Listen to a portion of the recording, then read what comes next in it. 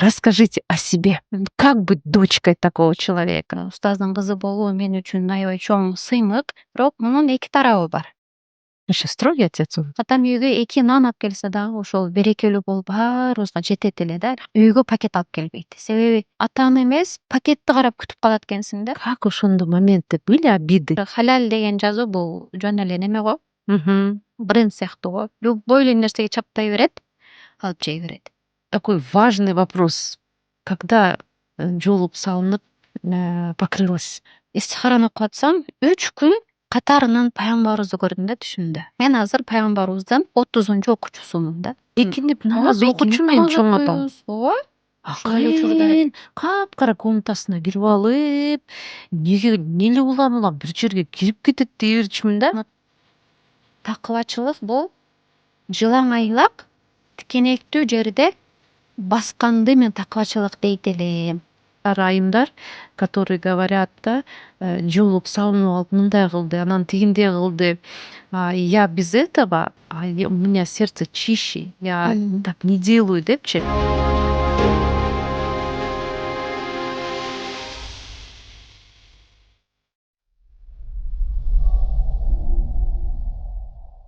Ассаламу алейкум, рахматуллахи ва баракатуху. Бүгүн жаңы подкаст. У нас новая гостья. Уважаемая наша Хафиз, уважаемая устаза Гульфарида Садыбыкас кызы. Добро пожаловать. Ассаламу алейкум, рахматуллахи ва баракату. Подкастыңызга чакырганга рахмат. Менин да бул биринчи подкастым. Угушумча сиздин да кыргыз тилинде биринчи жолу берип атат окшойсуз.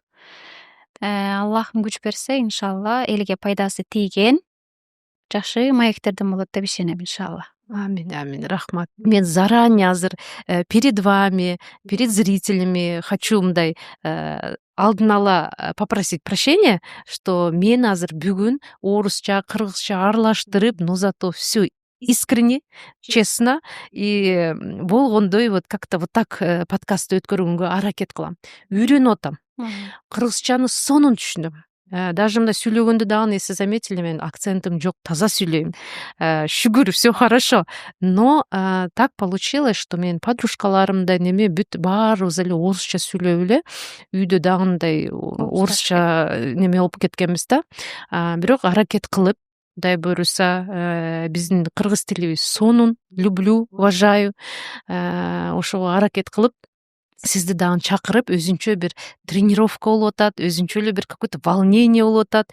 Эмнеге дебейсиңерби, мындай соображать по-русски и по-кыргызски это немножко сложно. А здесь мы еще будем говорить, тема наша про нашу религию немножко затронем, да, как быть мусульманкой, да, как быть счастливой мусульманкой, полезной мусульманкой дегендей, да.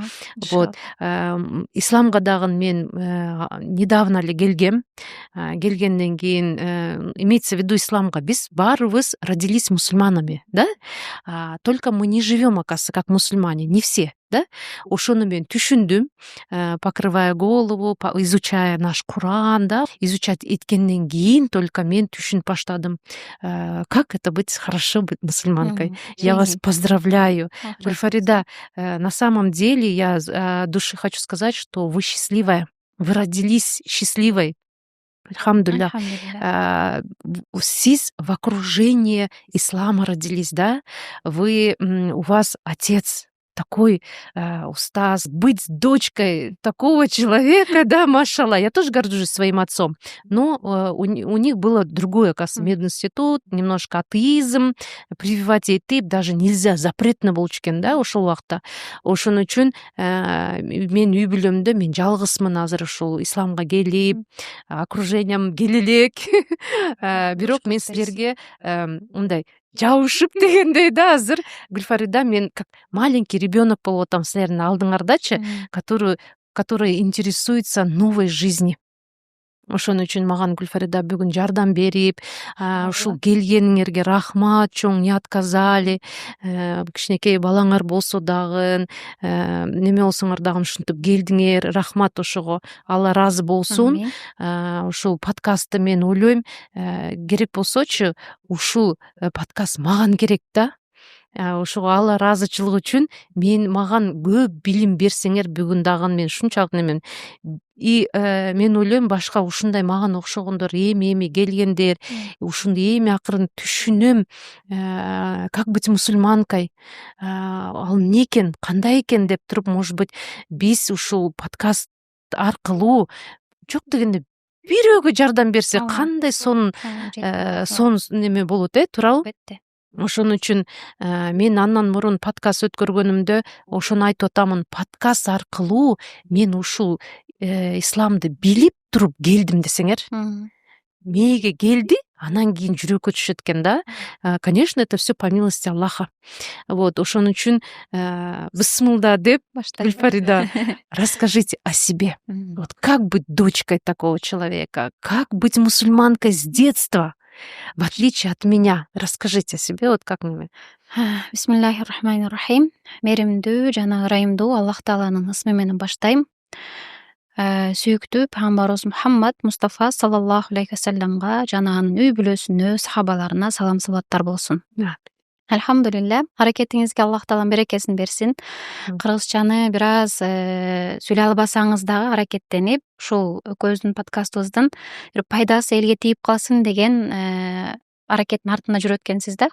Аллах Таалам ниетиңизге жараша сооп теселетип берсин иншалла. Кыргызда мындай жакшы сөз бар эмеспи? Кыргыз бири-бирин сураса тууган чыгат деген сөз бар эмеспи? Азыр айтып отурсаңыз мен аябай таң калдым. Өзүм оштон, ноокаттан деп айтып атпайсызбы? Мен сурасаңыз мен дагы оштон, ноокаттын кызымын. Көбүсү жердеш чыгабыз да. Кыргызды сурасаңыз тууган чыгат. Өзүңүздүн эле сиңдиңизге мен. Машалла. Альхамдулилля. Сизди эстеп азыр айтып атканыңызда мен өзүмдүн мектептеги учурум эсиме келип кетти. Биз дагы ошол 99-жылы айылдан көчүп келгенибизде үй бүлөдөн баарыбыз эле кыргызча сүйлөп кыйналгандыктан мени орус садикке берип, орус мектепке берип, орус мектептен кийин колледж болуп, чала орус болуп калганмын. Бирок үйдө кыргыз тилине өтө кылдаттык мамиле жасап сүйлөгөн атам болчу да. Анан мектеп бүтүргөндөн кийин кызым болду, эми кыргызчаны так сүйлөбөсөң чала орус болуп калып каласың дегенинен 1-2 жылдай кыйналдым. Андан кийин кыргыз тилин өздөштүрүп баштадым да.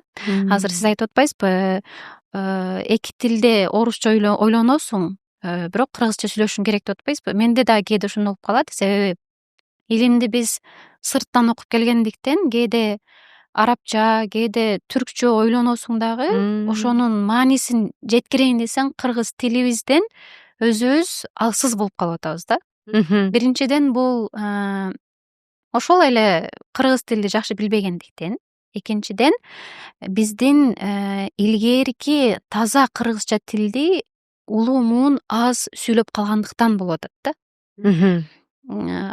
Ошондон анан мисалы көп жерде атам оңдоп коет. Мен көп интервью берип атканымда кээде түркчө кошуп сүйлөп кетем да. Аны өзүм байкабайм, бирок үйдө ата энем карап, ушул жерде сен түркчө сүйлөп кетиптирсиң, ушул жер кыргызчамдай болот эле деп атам оңдоп коет. Альхамдулилля. Өзүм жөнүндө айта кетсем, атым Гүлфарида Садибакас кызы, Долов Садибакас устаздын кызы болом. Альхамдулилля. Диний үй бүлөдө чоңоюуну Аллах Таала мага насип кылыптыр да. Бул Аллах Тааланын мага эң чоң ырайымы десем болот. Мээрими десем болот. Айтор шүгүр кылсам дагы жетпейт да бүтпөйт. Аллах Долов Садибакас устаздын кызы болуу бул жөн эле атасы устаз деген сөз эмес да. Бул эң биринчи мен үчүн чоң аманат, чоң жоопкерчилик. Анан жеке мен үчүн болуп көрбөгөндөй эң жогорку даражадагы сыймык. Ушундай бир атанын кызы болуу мен үчүн сыймык, альхамдулилля. Аллах кээ бир өзүнүн кулдарынын ичинен өзүнүн динине кызмат кылган пенделерин тандап алат экен да. Ошол пенделеринин арасынан тандаган пендесинин үй бүлөсүнө дагы, балдарына дагы өзүнүн нурунун үлүшүн чача берет экен да.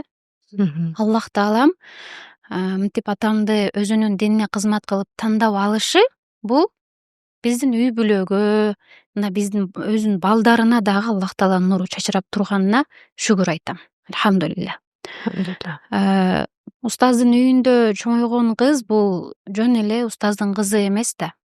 Бул биринчиден кичинекей кезинен илимдин жытына сиңип калган, сабыр менен тарбияланган таза жүрөк, атасынын артынан ошол басып өткөн кадамынын издерин баскысы келген кызы десем жаңылышпайм да.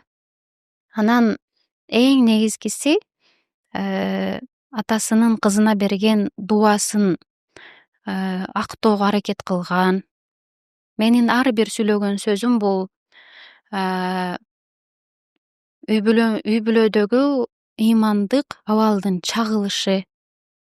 Менин ар бир таштаган кадамым бул атамдын баскан изинин артынан басуу. Анан эң негизгиси ошонун баардыгын биз эмне үчүн кылабыз? Элибизге, жерибизге, динибизге кызмат кылыш үчүн. Элибизге илимди, жумшактыкты, мээримдүүлүктү жеткириш үчүн ушул вазифаны алдык да. Эң мунун баарынын максаты Аллах Тааланын ыраазычылыгына умтулуу менен бирге анын алдында таза абалда болуу да.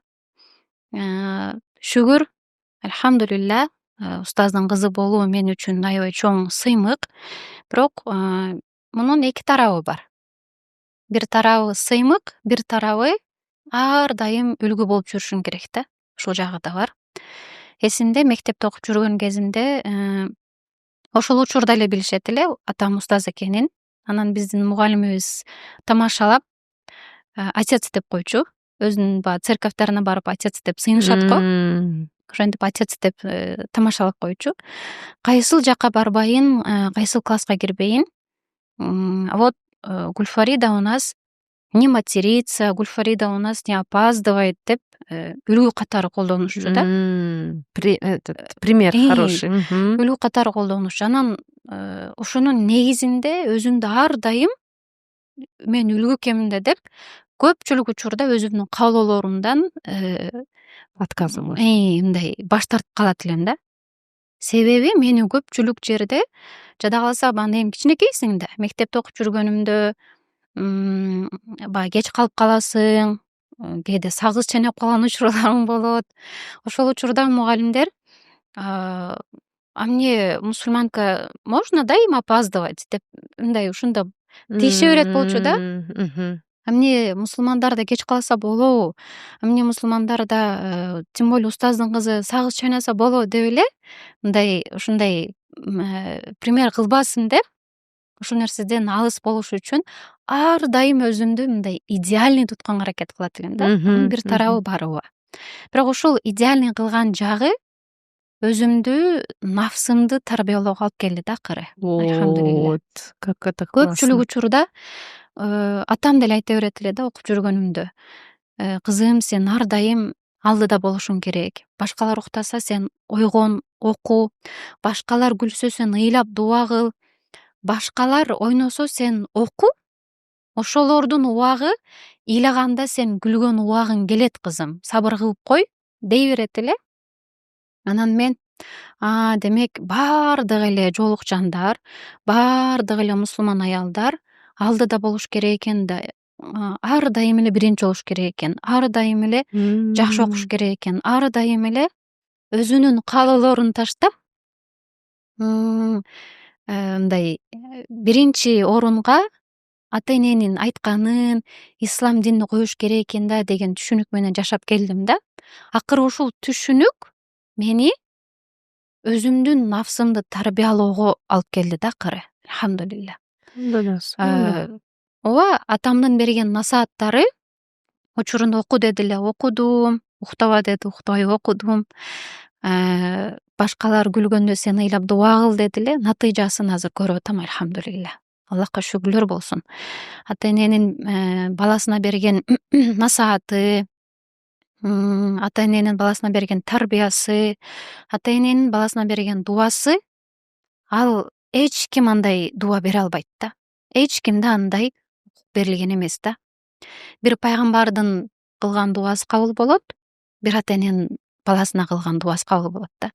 Ата энебиз бизге ушундай тарбияны берип, ана ушундай эрезеге жеткирди да.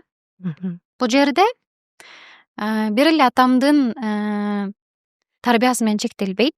Бул жерде эненин дагы чоң ролу бар. Себеби эң кыйын аалымдын, эң кыйын устаздын артында сөзсүз түрдө көмүскөдө турган кыйын кыракы аял болот. Эми атам баягы элге кызмат кылгандыгы үчүн, элине, жерине, динге кызмат кылгандыгы үчүн көпчүлүк учурда үйдө жок болуп калат эле да. Анан биз эркектин тарбиясына муктаж болуп калат элек да. Себеби аял берген тарбия башка, эркек берген тарбия таптакыр башка экен да. Аны эми кийин түшүнүп атабыз. Кийин өзүм турмушка чыккандан кийин өзүм балдарыма тарбия берип атканда да көрүп атам да. Аялдыкы таптакыр башка, эркектики таптакыр башка. Ошол учурда апам атамдын жоктугун билгизбей туруп, эркектин дагы, аялдын дагы тарбиясын бергенге аракет кылат эле да. Мисалы бул жөнөкөй эле мисал айтып кетейин. Атам көпчүлүк учурда жумуштан келгенде апам атаңар келди тосуп алгыла, атаңардын колуна суу койгула деп такыр бизди жумшабайт эле да. Апам өзү барып эшикти ачып, саламын бергенден кийин саламды алып, колундагы сумкасын дароо ала калып, колуна кумган менен куят эле. Кумган билесиз? Ошто аябай көп колдонот. Кумган менен колуна суу куюп, колуна чарчык сүлгүнү берип, анан чечкен бут кийимин сөзсүз түрдө бизден башка жерге коюп коет эле дагы үстүн перде менен жаап коет эле да. Муну биздин көзүбүзгө көрсөтүп атайын кылат эле да. Мындай кыздарым, балдарым келгиле, атаңар келди тосуп алгыла дебейт эле да. Демек, ата эненин перзентине берген тарбиясы сөз менен эмес, анын жүрүм туруму менен болот экен да. Ооба, туура. Апам ошентип жүрүп, анан бизди ошого көндүрдү дагы. Атам жумуштан келгенде биз баарыбыз төртөөбүз тең чуркап чыгат элек дагы. Бирөөбүз сумкасын алат элек, бирөөбүз кумган менен колуна суу куят элек, бирөөбүз бут кийимин алып жашырат элек да. Это уже потом, да? Уже ошону көргөндөн кийин апам айтпаса деле, демек атага ушундай мамиле кылыш керек экен да. Атаны демек үйдө ушинтип сыйырматташ керек экен да деп, аял балдарына атанын кадыр баркын көргөзөт экен да. Аял атанын аброюн көтөрө алат экен да балдарынын көзүнөчү. Ошентип анан тарбияны акырындан көрсөтүп баштады да. Гүлфарида, папа ошондо строгим отцом был? Вообще строгий отец у вас? Негизи атам кичинекей кезибизде аябай строгий болчу. Биз төртөөбүз тең, төрт бир тууганбыз, бирок 3 бир тууган өтө строго тарбияланганбыз. Альхамдулилла, буга мен ушунчалык шүгүр айтам. Себеби азыркы балдардын тарбиясы менен учурубуздагы, биздин учурдагы тарбияны салыштырып көрсөкчү, асман менен жердей эле да. Ал учурда эженин кийимин мен кийет элем, инимдин кийимин кичинекей иним кийет эле. Атам үйгө 2 нан алып келсе дагы ошол берекелүү болуп баарыбызга жетет эле да, альхамдулилла. Аябай катуу тарбия менен чоңойгонбуз. Асырдан кийин сыртка чыгуу мүмкүн эмес эле да. Атам ушундай туура да эме коюп койгон, ооба. Өзгөчө кыз бала асырдан кийин такыр сыртка чыкпагыла. Ишиңер болсо асырга чейин бүтүргүлө. Туулган күн, сиделка, корпоратив, мындай эч жакка барбайт элек да. Как ошондо моментте были обиды? Таарынчу элеңер? Жок. Башкалар туулган күнү атам менен апам башка жака замена кылып берет эле да, алмаштырып коет эле. Мисалы, жаңы жыл, мектепте окуп жүргөндө жаңы жыл аябай башкача деңгээлде өтөт да. Анан ар бирине Дед Мороз келип белек берет. Белекке биз жыл сайын акча топтойт элек да. Именно ошол учурда атам да апам да экөө сүйлөшүп, жаңы жылда 3 бир тууган барбай коет элек мектепке.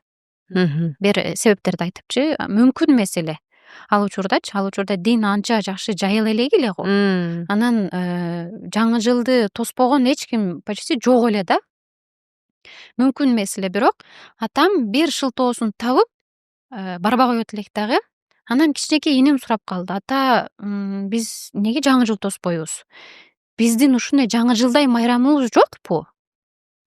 Жок, биз жаңы жыл тоспойбуз да десе. Анда жаңы жыл сыяктуу биздин майрамыбыз жокпу? Биз дагы ушундай майрам каалап атабыз деп атам, инем айтса, Абдулбайс деген инем айтса, атам ошону дароо акылына алып, апам экөө орозо айт менен курбан айт келгенде сөзсүз түрдө өзүбүздүн каалаган белектерибиз болот эле. Мисалы, ролик алгыбыз келет эле. Кичинекей иним велосипед алгысы келет эле. Андан сырткары телефон чыкты. Ошондой майда чүйдө нерселерди алгыбыз келип, бирок айта албай жүргөн нерсебиз ата энебиз байкап коюп, орозо айт күнү баамдатка чейин апам тургузат эле, даярдангыла орозо айтка, намазга барасыңар деп, подушкабызды атам ачат эле дагы: майрамыңар менен, мына бүгүн бизде орозо айт келди, мына бүгүн бизде курбан айт болуп атат, мусулмандардын майрамы деп, ар бирибизге подушканын астынан белек алып берет эле да. Машалла. Биз муну жаңы жыл сыяктуу күтөт элек да. Жаңы жыл уже экинчи планга өтүп кеткен. 31 декабрда биз кадимкидей эле саат 10до жатып алчык. Салюттун атканынан эле ойгонуп калбасак, жаңы жыл болуп атабы, болбой атабы, ишибиз деле жок эле да. Атам анан турганда 2 баланы дарат алдырып өзүнүн жанына алып алат эле. Анан чыгып атканда апам айтат эле: атаңардын колун өбүп пешенеңерге койгула дагы, майрамыңыз менен деп айткыла деп жөнөтөт эле. Кичинекей элек. Анан ата майрамыңыз менен, орозо айт майрамыңыз менен деп колун өбүп пешенебизге сылаганда сөзсүз түрдө атам акча берчү. Ошол акчага бүгүн майрамдык маанай тартуулап, өзүңөргө каалаган нерсеңерди алып жегиле деп жакшы бир неме, сонун бир жумшактык эстелик калтырган экен да атам менен апам экөөчү. Ошону колдоносуңарбы азыр? Азыр ошону колдонобуз, албетте.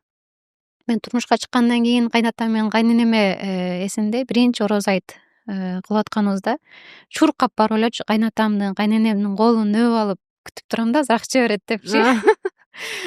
Кайненем да мени карап коет: азыр эмне кылабыз депчи. Анан акча гана десем, мен күлүп атпайбы? Ушундай кылыш керек деп. Майрамдык маанай тартуулап, сиздер мындай бири-бирибизге белек берсек жакшы болот деп белек беребиз да. Орозо айт менен курбан айт болгондо көпчүлүгүнүн акылына мал союлат, үйдө борсок бышырылат, үйгө толтура конок келет. Анан кыз келиндер, апалар өзгөчө, кыздар таптакыр майрамдабайт. Ошол күнү тамак жасайт, салат жасайт, анан из иштерди жуат деген түшүнүк калып калган да. Мисалы, мен муну турмушка чыккандан кийин байкадым да. Өзүмдүн кичинекей кезинде биз майрамды аябай сонун майрамдайт элек. Атам намаз окуп келгенден кийин, конокторго барып келгенден кийин сөзсүз түрдө машинага баарыбыз отургузуп алып, торговый центрге алып барып, парктарга алып барып, оюн зоокторго түшүрүп, балмуздак колубузга алып берип, айтор бул учурлар таптакыр бир башкача учурлар да. Майрамды өзгөчө кылып тосот элек да, альхамдулилля. Детство было. Ооба, аябай сонун өткөн. Аябай сонун өткөн. Ошол эле учурда бирок стройге кармачу. Тулан күнгө досторубуздун тулан күнү болгондо такыр жибербечү. Анан сурайт электе: неге жибербей атасыздар десек, кокус силер ал жактан салаттын ичиндеги колбасаны жеп аласыңар. Кокус силер ал жактан адал эмес момпосу жеп аласыңар. Анан силердин бир тиштемиңерден улам кийин Алланын алдына барганда биз жооп берип калбайлык деп жибербейт эле да. Ошол моментте кандай өзүңөрдү таарынбайт белеңер? Түшүнчү элеңер или все-таки дети были мындай? Баргыбыз келет эле. Барыңар келет эле. Анан вокруг соседдер мындай кошуналарыңар жалели, наверное, вас, да? Жок, мындай учур болгон жок, бирок мектепте ошо окуп жүргөндө баардыгы тулан күн тосуп атканда именно бизге келгенде торту мындай жылдырып коет элек. Же болбосо момпосу берсе алып мусорго таштап коет элек да. Анан барып жегин келет да, баягы момпосуйдучу.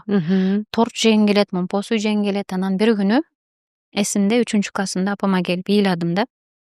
Апа, досторум тулан күнүн өткөрүп атат. Эң жакын досумдун тулан күнү болуп атат. Мен барып ойноп келейинчи, салат да жебейм, момпосуй да жебейм, печенье да жебейм, жөн гана досумдун жанына отурайынчы десем, апам аябай күлүп: макул, барасың, бирок мага сөз бер.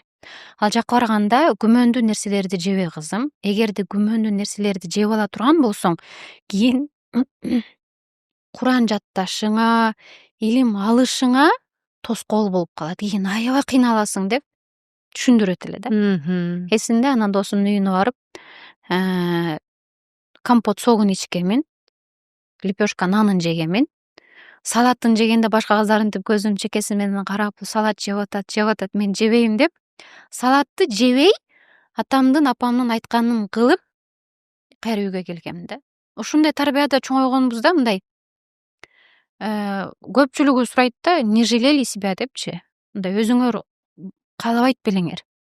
Мисалы, мектепте гамбургер сатылчу, пирожки сатылчу, анан баардык классыбыз менен барып биз гамбургер, анан момпосуйларды алып жегенибизде, биз четте калып калбаш үчүн бизге дагы атам акча берет эле, алып жегиле деп. Бирок айтат эле, колбасасы бар же мындай күмөндүү нерсе болсо албагын. Ушул атамдын айткан сөзү ушунчалык катуу таасир берет эле да, себеби өзү жебегендиктен, өзү кылбагандыктан катуу таасир берет эле да, коркот элек. Арам нерсени жеп алсак, анда биздин намазыбыз кабыл болбой калабы? Анда биз кийин Куран жаттай албай калабызбы деп коркуу сезими бар эле да. Ошону киргизип койгон экен да. 5 сом берет эле. 2 сом 50 тыйынга пирожки алып жейт элем, анан 2 сом 50 тыйынга компот алып ичип, анан келет элем. Неужели это так очень серьезно? Ошол эле конфеты, ошол эле это айтылат го мындай, не усложняйте, мындай Всевышний это все создавалось для нас депчи, для нашего наслаждения дегендей, да? Особенно балдарга, вот это для меня это сейчас прям аябай неме болуп атат да. Бунун сөзсүз түрдө альтернативасы бар эле. Ишенесизби, биз кичинебизден баштап шоколад, момпосу жеген эмеспиз да. Ошон үчүн тишибиз да таза төртөөбүздүкүчү. Плюстар бар, да. Ооба. Момпосу жебейт элек. Бирөөнүн үйүнө конокко барганда, анан атам баягы тартипке аябай катуу кармаганы үчүн конокко дагы аз барат элек. Коноктон алып келген пакетти дагы үйгө атам алып келбейт эле. Тойго отуруп калган пакетти дагы үйгө алып келбейт эле. Себеби ошончо элдин назары дасторконго түшүп калган тамакты балдарыма алып барып алып, балдарымдын жеген тамагына сугуу адамдардын назары, көзү тийип калбасын деп алып келбейт эле да пакетти. Это откуда? Это Рым такой? Жок, азыр түшүндүрөм. Анан шоколад жебесиңер, силер кантип өткөрдүңөр бала чагыңарды деген суроо пайда болушу мүмкүн да. Атам илгери Иранга барып калат эле, Туркияга барып калат эле, баягы сабактары мененчи. Сапарга чыкканда сөзсүз түрдө ошол жактан таттуу алып келет эле. Толтура шоколад алып келип коет эле, ал адал шоколад, ошол жактын. Илгерки түрктөрдүн, Ирандын Сохан деген таттуусу бар, өтө бир башкача. Ошондон көп алып койчу дагы, азаздан кылып бир жылда түгөтөт элек да. Таттуу жегибиз келгенде. Анан кээде торт жегибиз келет эле, кээде гамбургер жегибиз келет эле, кээде шаурма жегибиз келет эле, сырттан жасалган бир да тамакты жебейт элек. Неге дегенде, адамдын көзү сугу тийген нерсени жесе кыйналат го ал адам. Кадимкидей жан дүйнөсү, руху кыйналат. Ал бир эле кыйналганы аз келгенсип, кулагы адал нерсени укпай калат, азан нерсени укпай калат. Жүрөгү карарып, динге болгон сүйүүсү, Куранга болгон сүйүүсү барып өчө берет да. Бул күмөнсүз тамактардан. Себеби Аллах Таала адалды жараттым, арамды да жараттым, ортосунда күмөндөн өзүңөр сак болгула деген да. Ошону сахабалар уккандан кийин кээде адал нерсени жеп алуудан да коркуп калышкан да. Ушунчалык таза кырмаган алкымынчы. Анан гамбургер жегибиз келгенде, атам өзүнүн исламский университетте бир окуучусу Сириядан окуп келген экен. Ошол окуучусун чакырып, арабтардын шаурма же гамбургер жасаганын билесиңби деп сураса, ооба устаз билем. Бир күн келип, үйгө келип жасап бербейсиңби балдарыма? деп анан үйгө келип гамбургер жасап берди, шаурма жасап берди. Анын баардыгын апам карап турду дагы. Оңой эле турбайбы? Эт, картошка фри, бадыраң, помидор, салаттын листьян аралаштырып коюбуз эле гамбургер болуп калат турбайбы деп апам өзү жасап баштады да гамбургерди. Кийин шаурманы өзү жасап баштады. Кийин торт жегибиз келгенде аябай кыйналчук. Адал тапкандачы ал учурда почти жок эле да. Тортто дагы, может быть, Ооба, маргарин кошулат эле да, кремине. Айтып атпаймынбы? Маргарин состав сүйнөк жыр кошулат эле. Бир нерсе деген сүйнөк жыр кошулат эле. Любой немегечи. Любой маргаринде. Ооба. Азыр го эми альхамдулилля Сливочный адал индустриясы чыгып калды. Азыр эми бул адал, бул арам, бул күмөндүү, муну жесе болот, муну жесе болбойт, бул зыян, бул пайдалуу деп өтө өнүгүп кетти да. Ал учурда мына нерсе таптакыр жок эле да. Что да биз подряд эле жиберчү Ооба, Бизлер оказывается билчү биз болсо аябай тандайт элек да. Торт жегибиз келет эле, бирок торт жей албайт элек. Анан атам түрк бир немеде Яшарда иштеген бир түрк жолукчан эжени чакырып келип, бизге адал торт жасаганды үйрөтүңүзчү деп апама үйрөттү да. 2-3 күн үйрөттү ошол эжеч үйдө отуруп алып. Кремдин ордуна каймакты мындай кылып разбивать этсең жакшы крем чыгат. Эми баягындай өтө сонун пышный гүлдүү кремдер чыкпайт, бирок торту замена кылса болот да. Ооба. Ошентип таптакыр биз торт жебей калдык, шоколад жебей калдык болгон эмес да. Кыргызстандагы чыгарып аткан баягы эми ал учурда Кыргызстан чыгарбайт эле, бүт баарды Украина анан Россиядан келет эле да. Бүт эле шоколаддарыбыз российский болчу. Ооба. Ошол учурдагы бир дагы шоколаддар жебейт элек. Коноктон кокус бирөө үйгө алып келип кала турган болсо конфетти мынтип карап эле, бул болбойт экен деп эле даже ачпайт элек. Спокойно. Ооба. Ушунча Көнүп калганбыз да. Бирок ошонун ордуна атам сөзсүз түрдө заменасы бар, заменасын алып берем деп көндүрүп койгон да. Биз мындан да сонуну жейбиз, биз турецкий жейбиз, биз Ирандын таттуусун жейбиз деп көнүп калганбыз. Вот как нутрициолог мен азыр неме айтып берейин тоже вот неме то, что сахар же это на самом деле это выдумка человека же, это химия, да, химический этот. И на самом деле ушел сахар в действительности он вредит человеку. Сейчас ученые, нутрициологи, врачи все об этом говорят. Сахар это мурунда бир кинодо эле белый яд депчи. То есть насколько вам даже в этом повезло, что силердин даже вот этот рецептура, наверное, вот неме то, что вот требования немени вы смогли усмирить, то есть спокойно к этому кылдыртып, карабайсыңар, вот какие вы стройные, да, вот вроде бы мамочка там неме, а бизде до сих пор это проблема, мы свой навс не смогли, потому что бизге дозволено болду. Анда биз ойлобой эле вот сладкоежка болуп чоңоюп калдык дагы, и вот без сахара не можем, да, анан кондитер болуп калдым из-за этого. Ковидте отуруп калганда таттуу закрытый болуп калбадыкпы, таттуу жок болгон үчүн кондитерге үйрөнүп московский неме менен кондитер. То есть на самом деле это вред. В действительности сахар это вред. У кого аллергия на сахар, менин подружкам до сих пор мына канчага чыкты, стоматологка 35 жашында барды впервые. Я говорю, какая ты счастливая, а мы без зубов депчи. То есть, в действительности, карасаң, вот вроде бы ушул моментте там немножко, может быть, обидно было, таарынып, там все равно кичинекейсиңде там вот эти фантиктер красивый болуп, да, неме кылып атса дагы, вот ваше воспитание от отца, мамы, правильный подход кандай силерге неме кылды, Алхамдулиллах, здоровье улучшилось зато. Ошол учурда баягы үйгө алып келген коноктун конфеттерин бекитип жесек болмок да деген ой келет да кээде.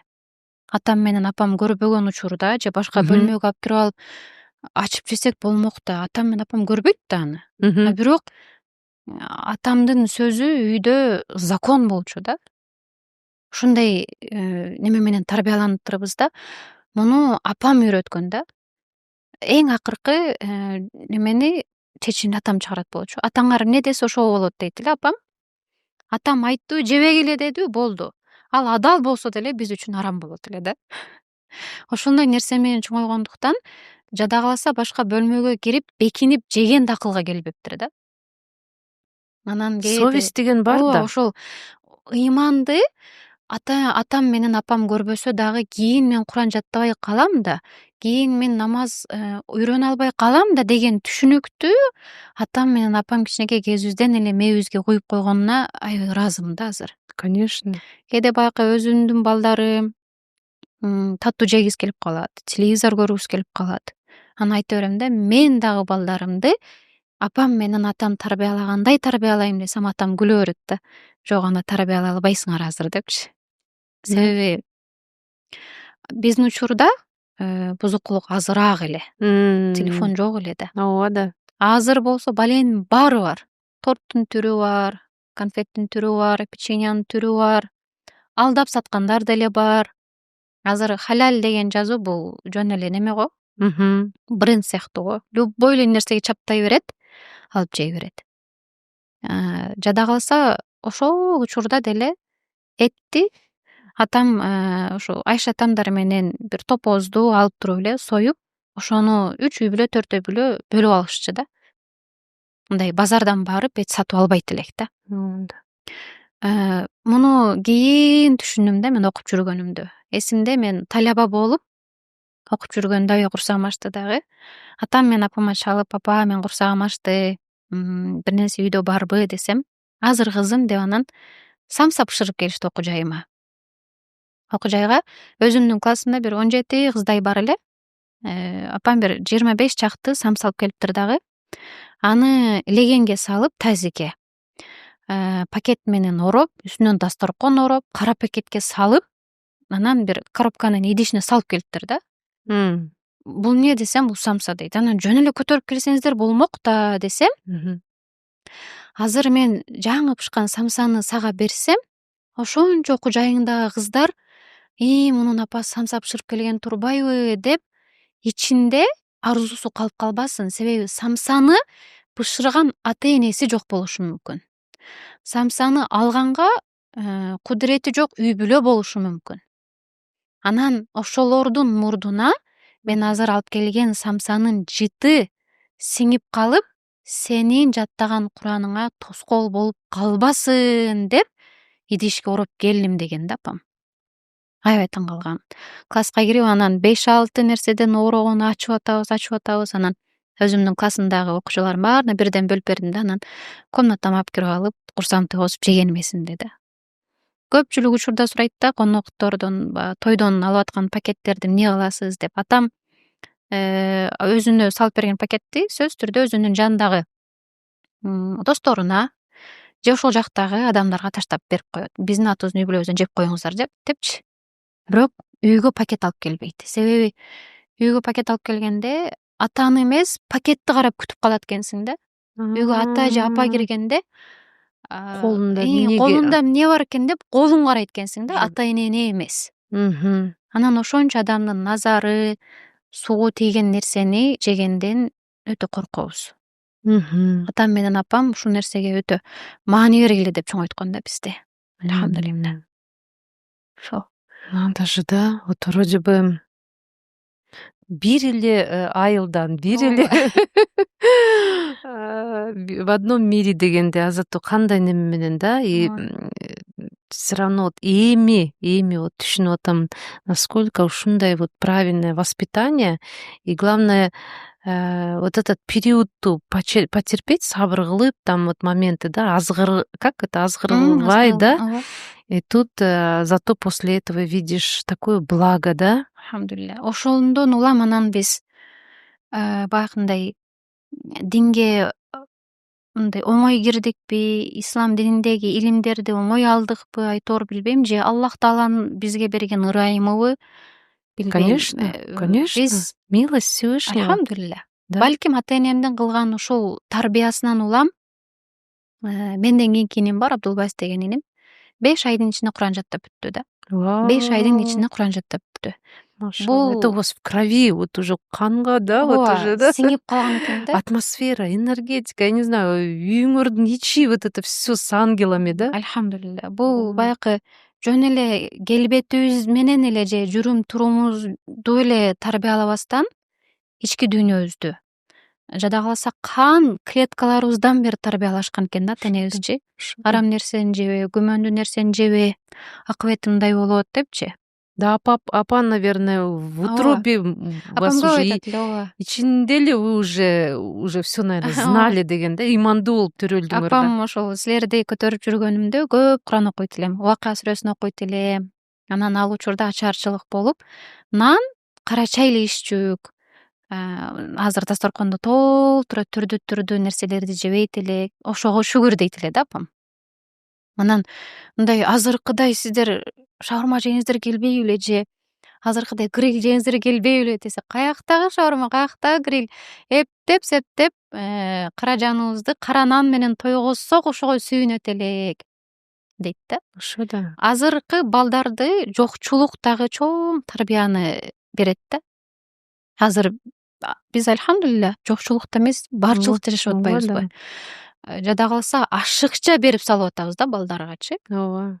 Анан ошонун баркына. ооба, бербей койсоң, тескерисинче бала ата энени күнөөлөйт. Мага бербей атасыңар, силер ата энелик немеден артта калып атасыңар, укукту силер жакшы бербей атасыңар, тарбияңар начарлап атат деп, азыр перзент ата энеге нотация окуган доорго келип калдык да. Бирок ошону илгертен ата эне үй бүлө кургандан кийин болгон күчүн үй бүлөсүнө жумшаса, сөзсүз түрдө ал үй бүлөдөн же илимдүүлөр, же алымдар, же илимпоздор, же генийлер, сөзсүз түрдө Аллах жолунда кызмат кылган чоң илимдүү адамдар чыгат да. Ооба да. Иншалла. Ошондой.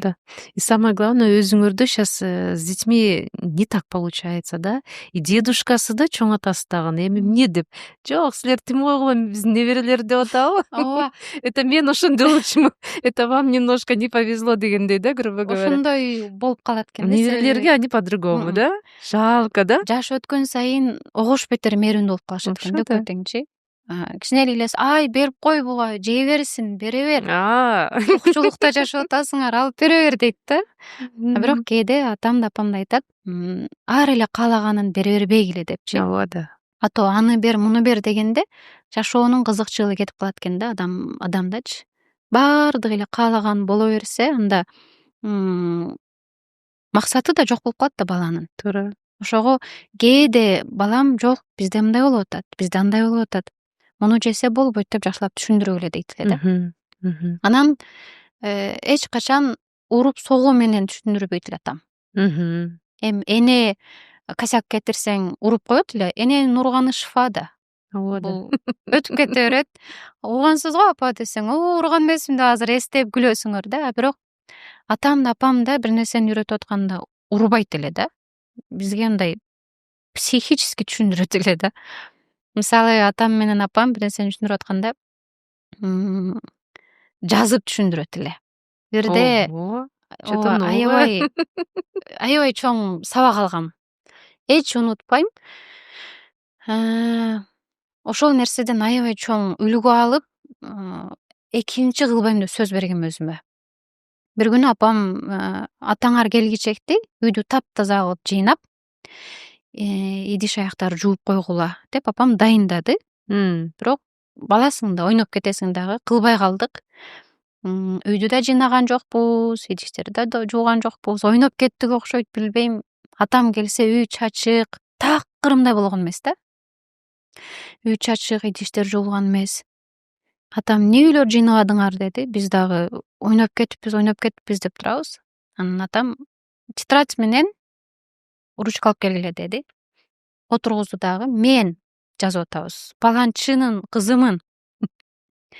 Мен Мухаммад пайгамбарыбыздын үммөтүмүн. Мен еврейлерге окшош эмесмин. Еврейлердей балит жерде жашаган пенде эмесмин. Мен таза жашаган Мухаммад пайгамбардын үммөтүмүн деп жаздырган да.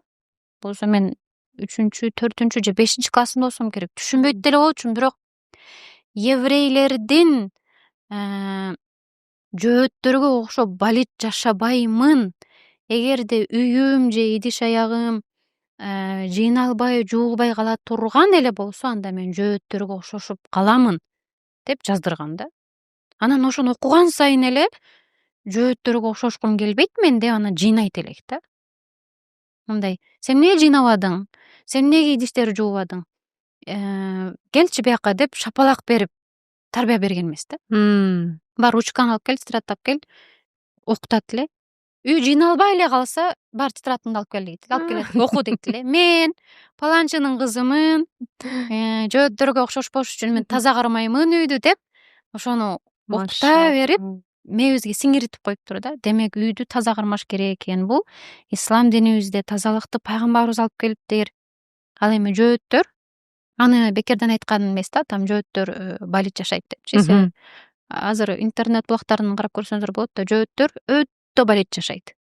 Өтө балит жашайт, еврейлер. Атайын бир передача бар эле, унутуп атам, YouTube'да. Дал еврейлердин үйүн тазалаган бир передача бар да. Ошол жерде машинасынын ичин тазалап бир блогер неме кылат да, контент. Интересно, надо посмотреть. Ошол машинанын ичинен кээде крысалар чыгат, чычкандар чыгат, тонналар мусолардын ичинде деле үстүндө жатып жүрө беришет да еврейлер. Балким тазалар бардыр, бирок генелде мындай общем айтканда, негизи мындай общем дегенде кыргыз меймандоос деп айтабыз го. Еврейлер тазалыкка маани бербейт да. Ну, как говорится, Аллах им судья. Ушул такой важный вопрос. Когда жолук салынып покрылась? Легко это было? Ты уже готова была? Альхамдулилля. Мен 4 тууганмын. Эжем, мен, анан 2 энем бар. Алдымда эжем ар дайым үлгүм болчу, үлгү катары жүрчү. Анан эжем менден бир аз эрте жолук салынып калды да. Адашпасам бир 5-классында салынды окшойт. Ал учурда мектепке жолук салынып барган биякта турсун, жөн эле үйдө үй кожойкеси болуп туруп жолук салынганга уруксат бербейт эле да. Анда таптыкыр жок эле да. Ошо да. Анан бекинип намаз окучу мен чоң апам. Ооба. Акырын капкара комнатасына кирип алып, не эле улам бир жерге кирип кетет дей берчүмүн да. Как будто бир ритуал кылгандай анымтып карасам намаз окуп атат да. Андан намаз дегенди эле түшүнбөйт элек. Иши кылып айылга ноокатка барганда ошо чоң апаңызды көрүп калчубуз да. Бекинип дегенде эми түшүнүп атам, насколько бизде это было запретно. Ооба. Орустардын баягы баскысынан запретно болчу да. Атеизм деп апам менен папам ушинтип чоңоюшкан экен да. Эжем ушу 5-классында жолук салынганда артынан аябай көп чуркашты да, атам экөөчү. Атам менен апам аябай көп чуркады. Атамды чакыра берди, мектепке чакыра берди. Анан атам айтат эле да, башы жабык жүрсө, шыйрагы жабык жүрсө, несине силер тоскоол кыласыңар? Анда түшүнүктүү эле жок болчу. Кызым ыймандуу болсун, уяттуу болсун деген түшүнүктүү эле жок болчу. Ошол учурда формасы кандай эле? Вени юбка, ак көйнөк кийиш керекпи? Демек, неге кийип атканыбызды эле билбейбиз, бирок вени юбка кийиш керек болчу да. Ошо да. Шым деле кийдирбейт болчу үйдө. Биз үйдө штан көйнөк кийет элек. Өзүбүздүн жакшынакай кылып апам соңун тигип берет эле. Мектепке уруксат бербейт эле жолук салынган. Бирок эжем тырышып жүрүп, маршруткалардан сөз угат, автобустан сөз угат, мектебинен сөз угат. Айтор 5-6 жылы ыйлап эле өтүп кетти да эжемдикичи. Аябай оор учурга туура келип калды да эжемдики. Травма болуптур өзүнчө эле. Анан айтор ушул нерсе боло бергенин ыйлай бергенинен Дауха деген мектеп бар эле. Бир эле мусулманский мектеп болчу ошол учурда. Азыр Куветскийдин жанында дагы деле болсо керек. Жолук салганга уруксат берет эле. Ушуну силер кайсы жерде чоңойдуңар? Бишкекте? Бишкекте все это, да? Мен почему-то все это время ноокатты элестетип эле. 99-жылы биз Бишкекке көчүп келгенбиз. 26 жыл болуп калды. 99-жылы. Чүйлүк эле болуп калдык окшойт. Кувейт это вот как раз Аламедин жакта, да? Ошонун жанында Дауха деген мектеп бар эле. Ошол жакка жылып, анан тынды да. жоолуктанчы. Ал учурда мен кичине болчумун.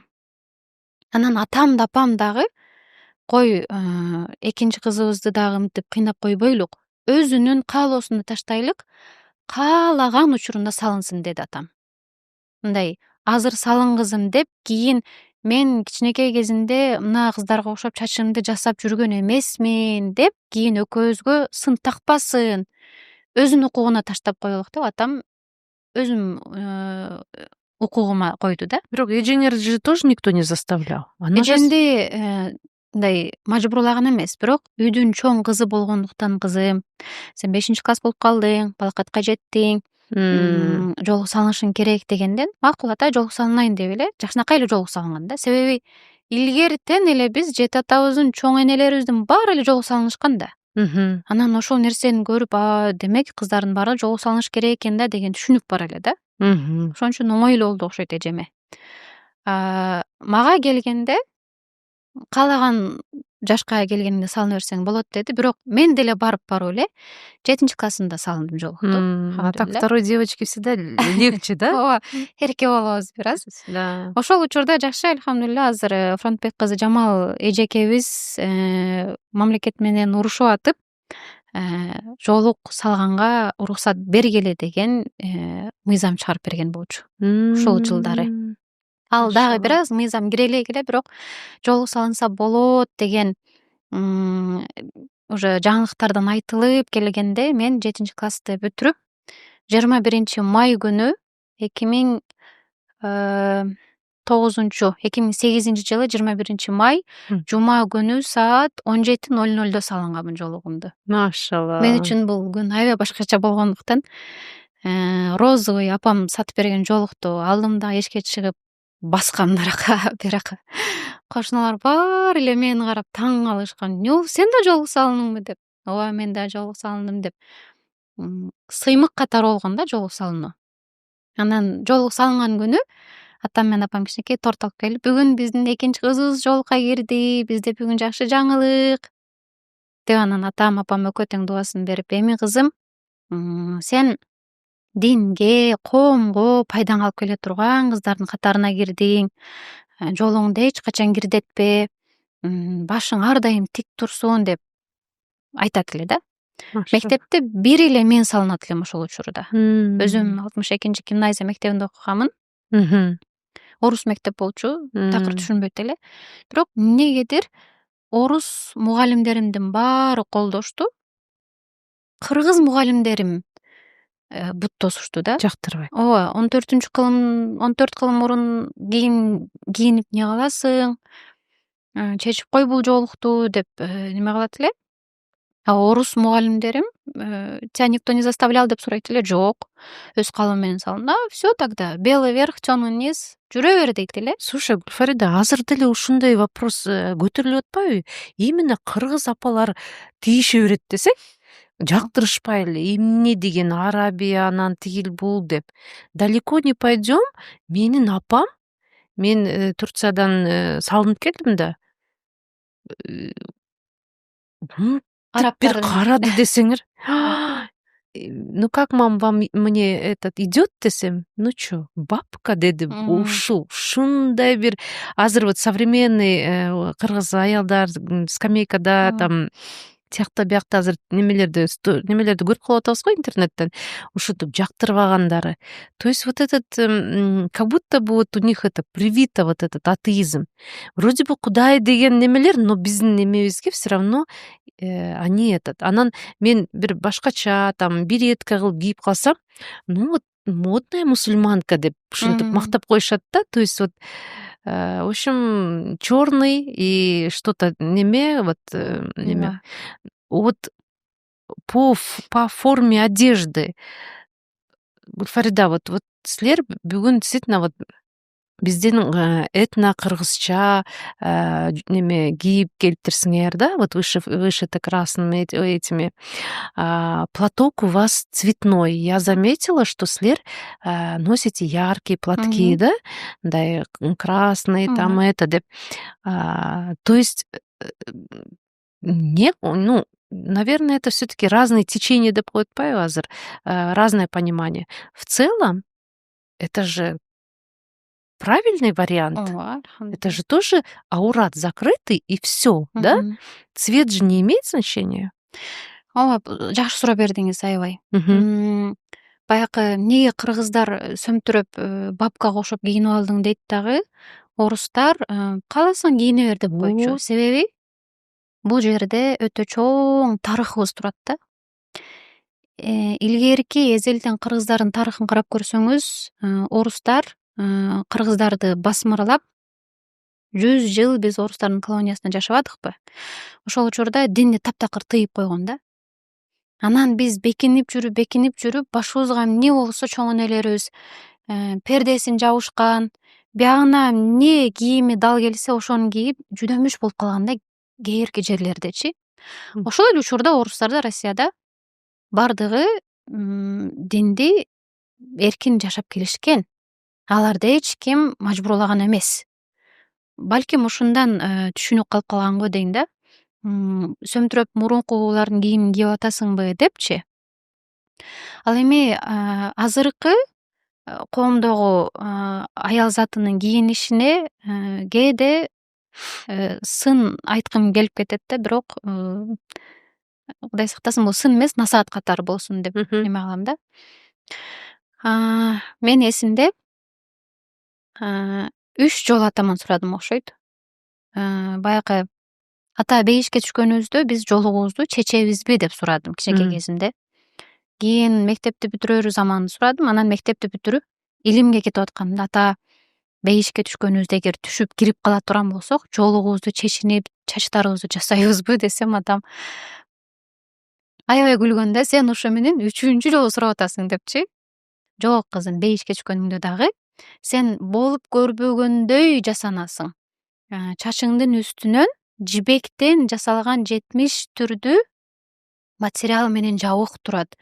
Ал жакта дагы сен ыйык аял зат болгондугуң үчүн абратың жабык болот десе, түшүнбөйт элем да. Анан илим окуп келгенден кийин бир эже билет алып коюптур дагы мода показга барып келелик деп калды да. Ал учурда мен жолугу салынат элем. Анан мода показга барып келгенден кийин атама айтып атпайм, ата, демек азыр биз жолукту мода катары кийсек болот турбайбы? Мен көрдүм ошол жакта жолукчандарды, биягына шляпа кийип алыптыр, жолугун башкача кылып, роза кылып тагынып алыптыр. Узун хиджаб кийбей, тизесине чейин көйнөк кийип алыптыр, биягы шалбар шым экен. Мен деле ошону кийсем болобу десем, атам аябай сонун жооп берди да. Хиджаб бул мода эмес да. Аллах Нур сүрөсүнүн 30-31 аятында кандай түшүргөн болсо, дал ошондой кийинүү да. Анын альтернативасы жок да. Тигиндей кылсам болобу, мындай кылып кийинсем болобу, жок да. Аллах кандай түшүрдү, дал ошондой кылып кийиниш керек. Ал эми мода биз өзүбүздү алдайбыз да ошо мененчи. Ар бир нерсенин өзүнүн тарыхына барып караш керек да. Мисалы, азыркы учурда жолуктар шарфтарды тааганда жөн эле шарфты башынан кийип туруп эле таштап коюп атпайбы? Мен да ушинтип коем кээ бирде. Нельзя да? Мен оюмча да бул. Көпчүлүк учурда эми биз бандай катуу тарбияда чоңойгондугубуз үчүн атам, апам экөө тең кийген кийимибизге чейин, кыскарткан чачыбызга чейин карайт эле да. Эсимде бирде иним чачын башкача кыскартып келип алды эле, атам кайсыл коомго окшош болсоңор ошол коом менен тирилесиңер, бар оңдоп кел деп анан чачын оңдоп турган да. Ошон үчүн атама көрсөтпөй мен шалбар юбкага окшогон шым кийип мектепке, ал учурда юбка кийгенге уруксат бербейт эле. Узун юбкачы, жүдөп эмне кыласың, кыска кий деп урушат эле. Жолукчаң кыска кие албайсың. Анан эптеп-септеп шалбар шымды кийейин десем, атам үйдөн чыгып кетип атсам, кийген шымыңды өрттөп кой деди, болду, чыгып кетти. Түшүндүм да, демек мындай кийген болбойт экен деп. Анан азыр шарфтымды түшүрүп койгону бул фараондун доорундагы башында париктерди билесизби, фараондун, алар дагы материалды алып таштап койчу, мына жерге чейин. Анан жүрө берчү да. мындай кээде мен өзүм ошолорду карап жүдөп кетем. Мындай шарфтарын түшүрүп койгондо столго отурганда кантет, мындай мусулман аялды караганда опрятно, мындай жакшынакай, көзгө жагымдуу көрүнгөн, жүдөбөгөн, ошол эле учурда элегантно кийинген жолушандарыбыз бар толтура. Азыр толтура сонун кийимдер бар. Бирок ошону дагы тандап, бирөөгө жоолук салынгандан кийин сөзсүз түрдө сен өзүң үчүн салынсаң деле баардыгы эле үлгү катары көрө берет да сиздичи. Сен жоолук салынбадыңбы, демек сен башкаларга үлгү болушуң керек да дегендиги үчүн мен салынсам, демек менден кийинки кыздарым, сиңдилерим, жеңелерим бул ушундай салынып атпайбы, шарф түшүрүп алып атпайбы, биз деле ошону кийинсек болот экен да. Шляпасын бияка тагынып алып атпайбы, биз деле ошону кийинсек болот экен да. Жүрөт го. Башына жоолук салынып коюп, берге чейин футболка кийип, шын менен жүрсө деле болот экен го деп ушул учурга келдик да акыры. Аллах Таала Куранда эмне деп атат? Узун баягы аврат жериңерди жапкан, көкүрөгүңөрдү жапкандай кылып кийингиле деп атат. Ал эми бул эми баягындай жаңы динге кирип, дароо эле ушундай көкүрөгүн жаап, аврат жерлерин жаап узун кийгенден бир аз корксо же жүдөсө, ошол учурда мындай акырындык менен ата эненин көзүн көндүрүш үчүн биягына гүл кылып, шапка кийип, көзүнө мындай модница болуп көрүнүп туруп, андан кийин мындай аскетизмга акырындык менен келишсе, таквачылыкка. Ооба. Ал башка кеп. Анан ар дайым эле жоолукту мода кылып тагып бериш бул туура эмес да. Атам ошондо айткан да, жок кызым, бул мода, жоолук, хижаб бул мода эмес. Мода кылыш үчүн жоолук тагынбайсыңар силер. Силер Аллах Таала кандай Кур'анда буйруган болсо, дал ошондой тагынышыңар керек. Мода барып өзгөрө берет. Хижаб калай берет ар дайым бирдей болуп. Ошондо хиджаб — это какая одежда? Кандай кийим? Куранда айтылгандай, аврат жерлерди жапкан, көкүрөктүн астынан жоолук түшүрүлгөн кийим болуш керек. Ал эми Араф сүрөсүнүн 26-аятында болсо, таква кийим деген нерсе бар. Хижабтын ичине биз бир эле Кыргызстанда эмес, Европада алып көрөлүк. Европада деле жаңы мусулман болгондор бар. Анан эми эле динге киргендерге биз узун көйнөк, узун жоолук берип койсок, жүдөп какап, ал эмне эле болуп атасың дейт да үйүнө баргандагылар. Аларга кандай? Европада кийингендей эле билинбеш үчүн биягында бир рубашка кийет, жамбашын жапкан тизесине чейин, анан биягында шым кийет. Ошентип авратын жаап, акырындык менен көзүн көндүрөт. Араф сүрөсүнүн 26-аятында болсо, Аллах Таала силерге таква кийимин түшүрдү. Кимде ким таква кийим кие турган болсо, ал ийгиликке жетиптир деген аятта. Таква деген эмне? Таквачылыкты сизге кандай түшүндүрсөм? Умар радыйаллаху анху сахабаларына таква дегенди кантип түшүнөсүңөр десе, баардыгы өз пикирин айтып келиптир дагы. Сизчи, я амирел муъминин, эй мусулмандардын амири, таква дегенди сиз кантип түшүнөсүз десе, таквачылык бул жылаң айлак тикенектүү жерде басканды мен таквачылык дейт элем. Себеби бутума ошол тикенек кирип кетпесин деп өтө этияттанып басып атпайбы? Таквачылык дал ушундай нерсе да. Кокус бир жерим көрүнүп калбасын. Кокус Аллах жазган аятка менин кийимим дал келип калбасын деп коркуу сезими менен Аллахтын буйруганындай жашоону таква дейт да. Куранды карап көрсөңүз, Аллах Таала бардык аялдарга жолуңарды таңгыла, башыңарды жапкыла, аврат жериңерди жапкыла деген буйрук түшүргөн. Көпчүлүк учурда мен Куранды окуп чыктым, бирок бир да хижаб жөнүндө уккан жокмун дегендер болот го. Ооба. Демек ал Куранды толук окуп чыкпаптыр да. Демек ал Курандын ичиндеги жазылган аятты дагы деле түшүнбөптүр да. Ооба да. Себеби Аллах Таала түзөн-түз буйрук түшүргөн. Бирок ошондо дагы биринчи учурда эң мындай кызыктуу жери, Аллах дароо эле аялга жоолук салынгыла деген жок да. Ооба. Биринчи эркекке айтты. өзүңөрдүн көзүңөрдү арамдан сактагыла, көзүңөрдү түшүргүлө Опускайте деди. свои взоры вниз деп айтылган Ооба. да. Арам карагандан сактангыла деп эркектерге биринчи эскертүүнү берди. Андан кийин аял затын жабынгыла деди. Караңызчы, Куранды окуп чыксаңыз, анын ичинен болуп көрбөгөндөй сонун маалымат ала аласыз. Машалла. И вы хафиса. Альхамдулилля.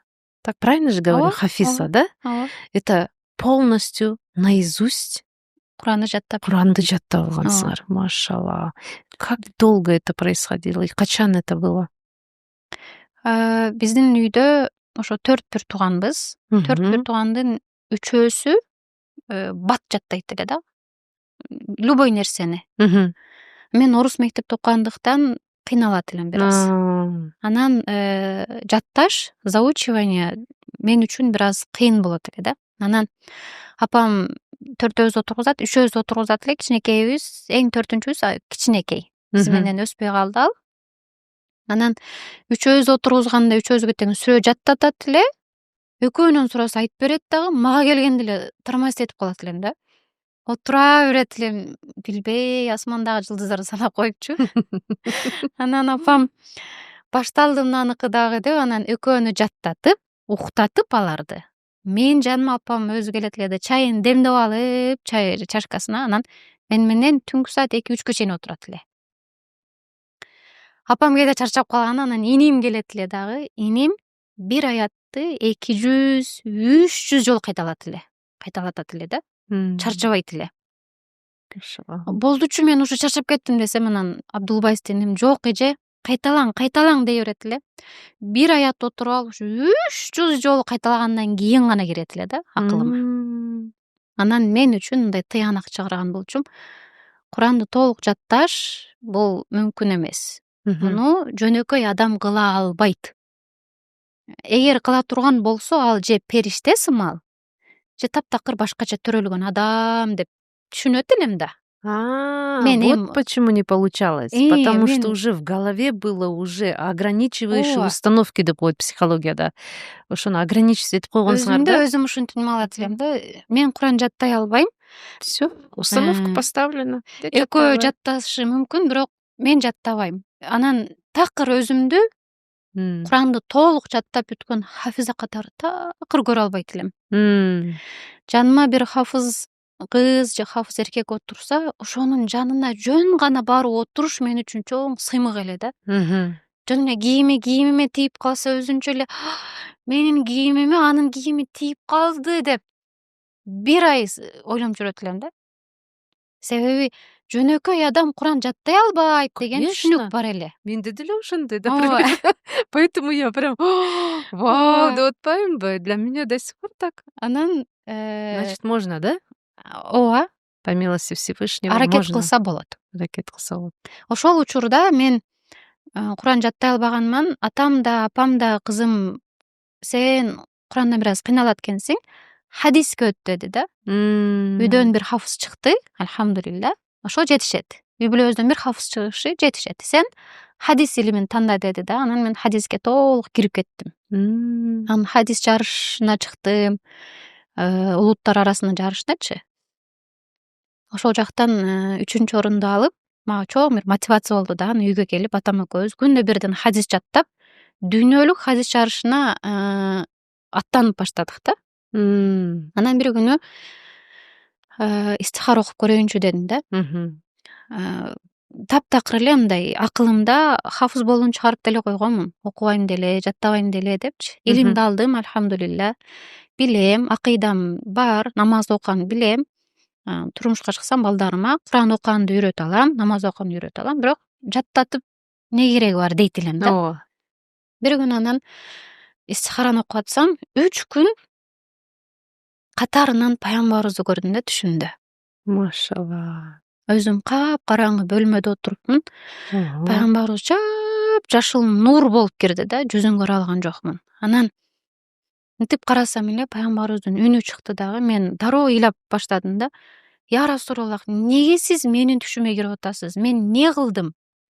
эмне кылдым дагы сиз менин түшүмө кирип атасыз. Эмне жакшылык кылдым же За мен что, да, такое за мне что сиз мага түшүмө такой кирип подарок, атасыз да? деп ыйлап мындай өксүп ыйлап атам. Пайгамбарыбыз болсо хадисиңди таштабагында Куранды жаттап башта деди да түшүмдө. Анан я Расулаллах, мен Куран жаттай албайм да, мен канча жаттасам да жаттай албайм да деп эле кайра эле эмнеге сиз менин түшүмө кирип атасыз деп такыр түшүнө албай атам да. Мен эмне жакшылык кылдым да сиз менин түшүмө кирип атасыз Микрофон чуть-чуть. деп Поближе. түшүмдө айтып атам. Анан ошол үндү айтты дагы баягы жашыл түс өчүп кетти. Турсам 3:30 болуп калыптыр. Анан дароо даратымдын алдындагы баягы жастыгымды карасам суу болуп калыптыр ыйлай бергенименчи. Дароо туруп шүгүр намазы кылып, тахажжуд окуп, күтүп отурдум Ясин сүрөсүн окуп. Анан атам менен апамды койготтум. Ата бамдат болду, апа бамдат болуп туруңуздар деп. Анан бамдат окуп бүткөндөн кийин атам: "Эмне болду сага? Эмне көзүң ишип калган?" деп сурады. "Ата, мен сизге бир жаңылык айтайынбы?" "Айтчы" деди эле. "Мен түшүмдө азыр пайгамбарыбызды көрдүм" десем, атам дагы апам дагы туруп калышты да. "Кантип, эмне болуп, эмне?" деп эле. Мындай нерселер биздин үй бүлө үчүн аябай чоң неме да. Жетишкендик да. Биз мындай кичинекей көрүнгөнү менен атам аябай чоң мотивация берет эле да. "Кызым, сен эмне иш кылдың да пайгамбарыбыз сенин түшүңө кирди" деп мындай суктануу менен сурады да. "Билбейм ата, истихара окуп жаттым эле. Истихарамда пайгамбарыбыз хадисиңди таштаба, бирок Кураныңды жатта деди" десем, анан атам "Мында да бир хайыр бар" деп койду. Намазын окуду, кирип кетти бөлмөсүнө. Эртеси күнү анан эртең мененки тамак ичип отурсак, апам: "Кызым, сен хадис жаттап атпайсыңбы?" Анан хадис бул башар тили, адамдын тили. Куранга караганда хадис кыйын да.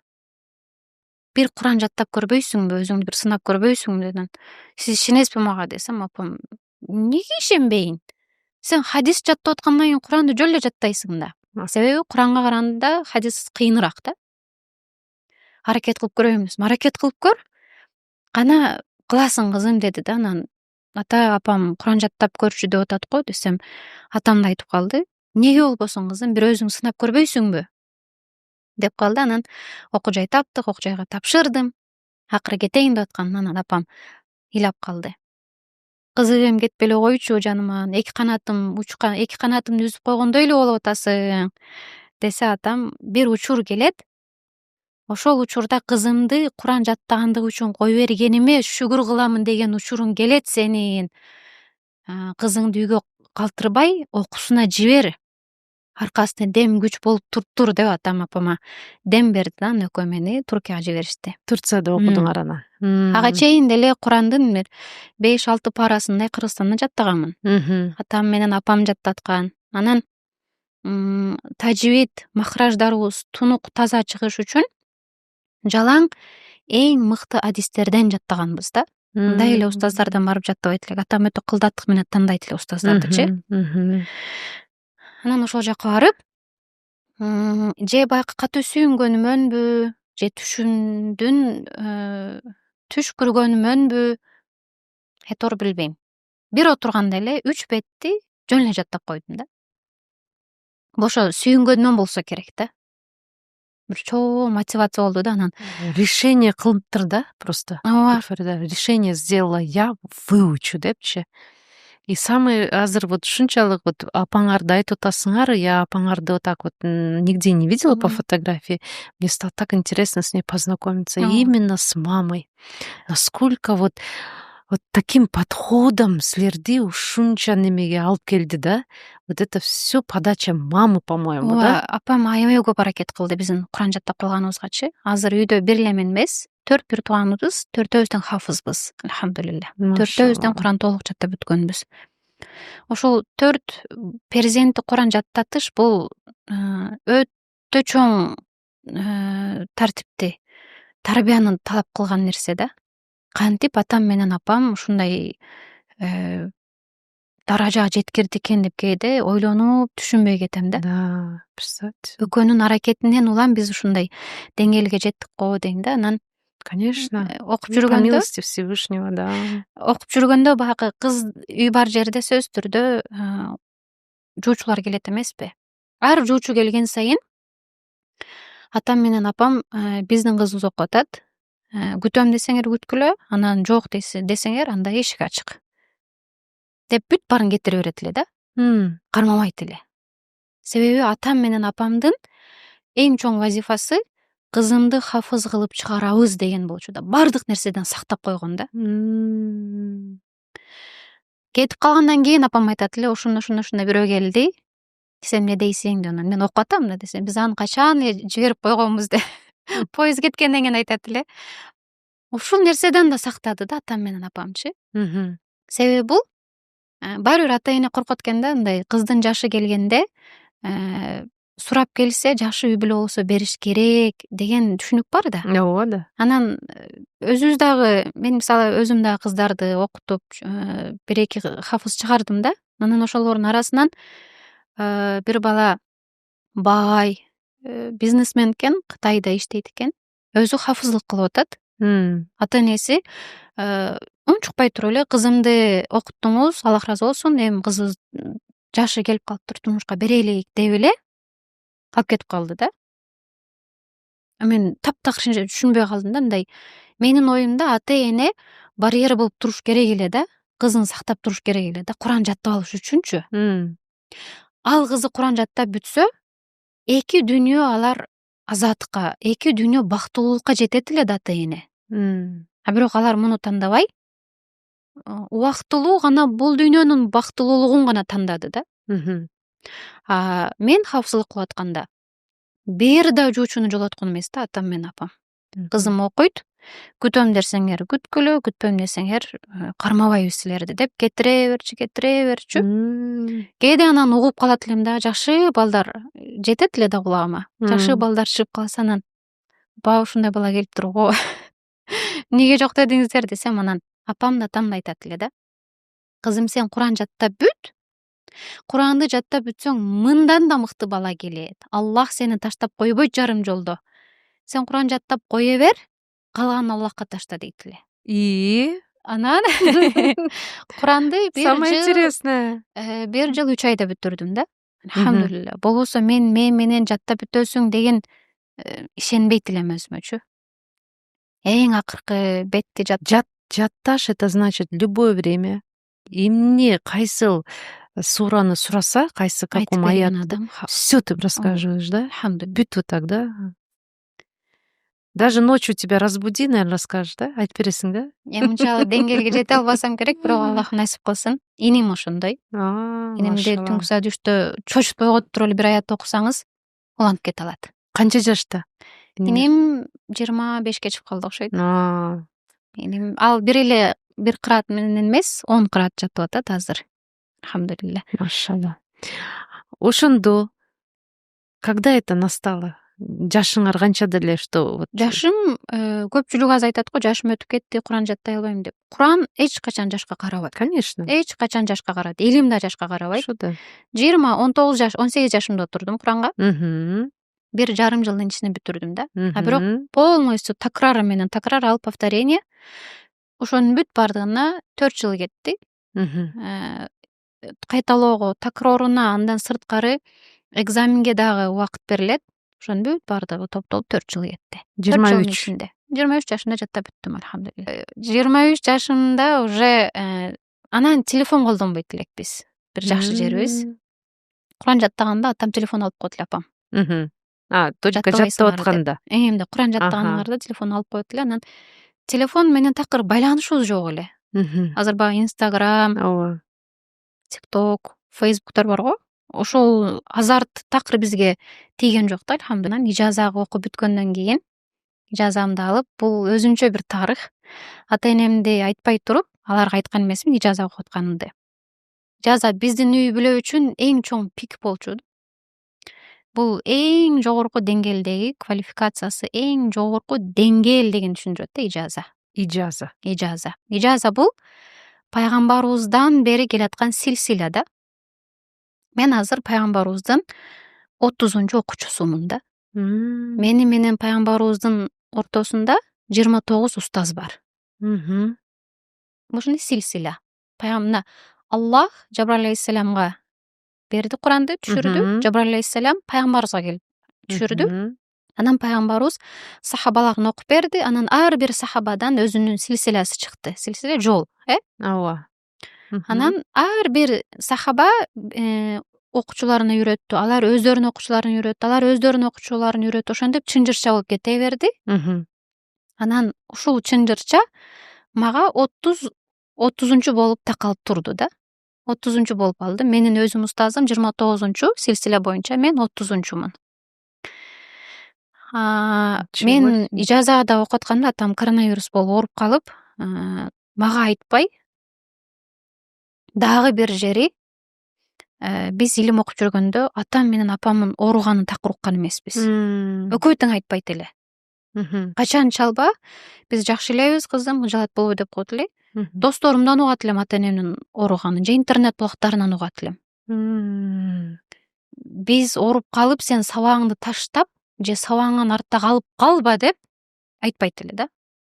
Ошол учурда атам ооруп калганын кийин билип, 1 айдан кийин билип, бирок ижазамды алып өтө чоң ийгиликке жетишкенден кийин ата энемди Туркияга чакырып, Туркиянын Султан Фатих деген мечитинде чоң аалымдардын дүйнөлүк жарышынын комиссиясы Фахд Мухаммад аль-Харуфи деген шейхтин коштоосунда дагы толтура ислам аалымдарын алып келип, ата энемдин коштоосунда, досторум, устаздарымдын коштоосунда ижазамды алып өттүм.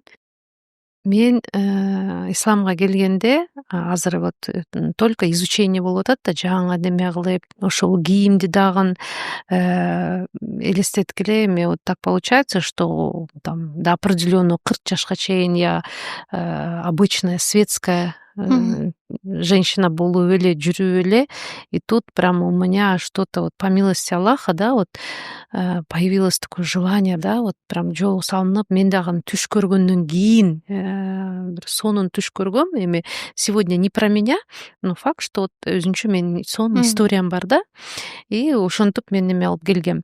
Анан көп вопростор башталды. Биз жолдошум экөөбүз почти бир убакта келдик да, алда 5 маал намаз окуп, мурунку киши жок, уже все, уже весь имандуу. Анан биз жана немелерди, бүт законы шариата, Всевышнего бар жокту изучать этип, досторубуз, подружкаларыбыз эч ким мындай түшүнүшпөйт да. Ошондо биз өзүбүз менен өзү через интернет мындай угуп, устаздарды угуп, неме алып, азыр өсүп, билим алып атабыз. Вопрос болуп атканда ошондо мен Инстаграм страничканы вела, как светский обычный человек по бизнесу депчи. Анан кийин, когда я покрылась, мен, соответственно, бүт ал сүрөттөрдү бүт уничтожила дегендей, да, где я не покрытая, да. Анан акырынан страничканы кайра продолжать. И вопрос вставал, да, Инстаграм, могу ли я вести? Биз жолдошум экөөбүз все время вот так какой-то спор болуп, некоторые говорят нельзя депчи, вот барго аябай строгий имамдар барго, которые большинство на английском, вот заграничный немелер, нельзя, то нельзя, это запрет, там вот это по-другому, цветной нельзя одевать, яркий нельзя одевать. Вот, например, шо таң калдым, да, вот вы вроде бы в строгой вот семье выросли, религиозной, а у вас разные цвета одежды, да? А, например, канча немелерди биз ошону перед тем, как вот покрываться, меня жолдошум бүт изучать эткен, что нельзя деген. И вот этот нельзя деген аябай мындай отталкивать этип турат экен да. Ошол жолук салынганга качып, если мен намаз окуп калсам, все, анда мен смысл теряется, как будто бы учиться. Смысл теряется вообще почти много чего, как будто бы вот строгость вот эта, рамки вот эти немножко мындай коркутуп турат экен да. Анан кийин биз по истечению времени жолдошум экөөбүз изучили, что не усложняйте эту религию. То есть не усложняйте, то есть буну кыйынчылык кылып көрбөгүлө. Аллах милостив, Аллах понимающий, да, он мудрый, он вот эти все ситуации, азыркы замандын немесин, он все как будто понимающий. Я на Всевышнего всегда смотрю как не на строгость, а на доброту и милосердие, говорю, да. Я его вот воспринимаю не от страха, покрылась не из-за страха, а покрылась больше, наверное, с благодарностью, да? Да, рахмат, неужели мен ушуну деп Турцияда вот жүрөгүбүз ачылып баштады да, азандар көп болуп, да, вот мечиттер, эртең менен азан, кечинде азан, ошолдан аябай влияние болгон да. Ошол моментте ушундай сонун жерлерде жашап атабыз, ушунча нерсени көрүп атабыз деп туруп, какой-то вот ошондон башталды у меня түш көрүп, и ошондон башталды намаз и благодарность, да. И вот, конечно, окружение аябай таң калды, что вот ушундай жүрүп алыптыр, бир раз, короче, салынып деп. Мен өзүмдү жактырбай эле жүргөм да, вот эме кылып, там, а может такой платок, а может такой деп туруп түрлүү платокторду алдым.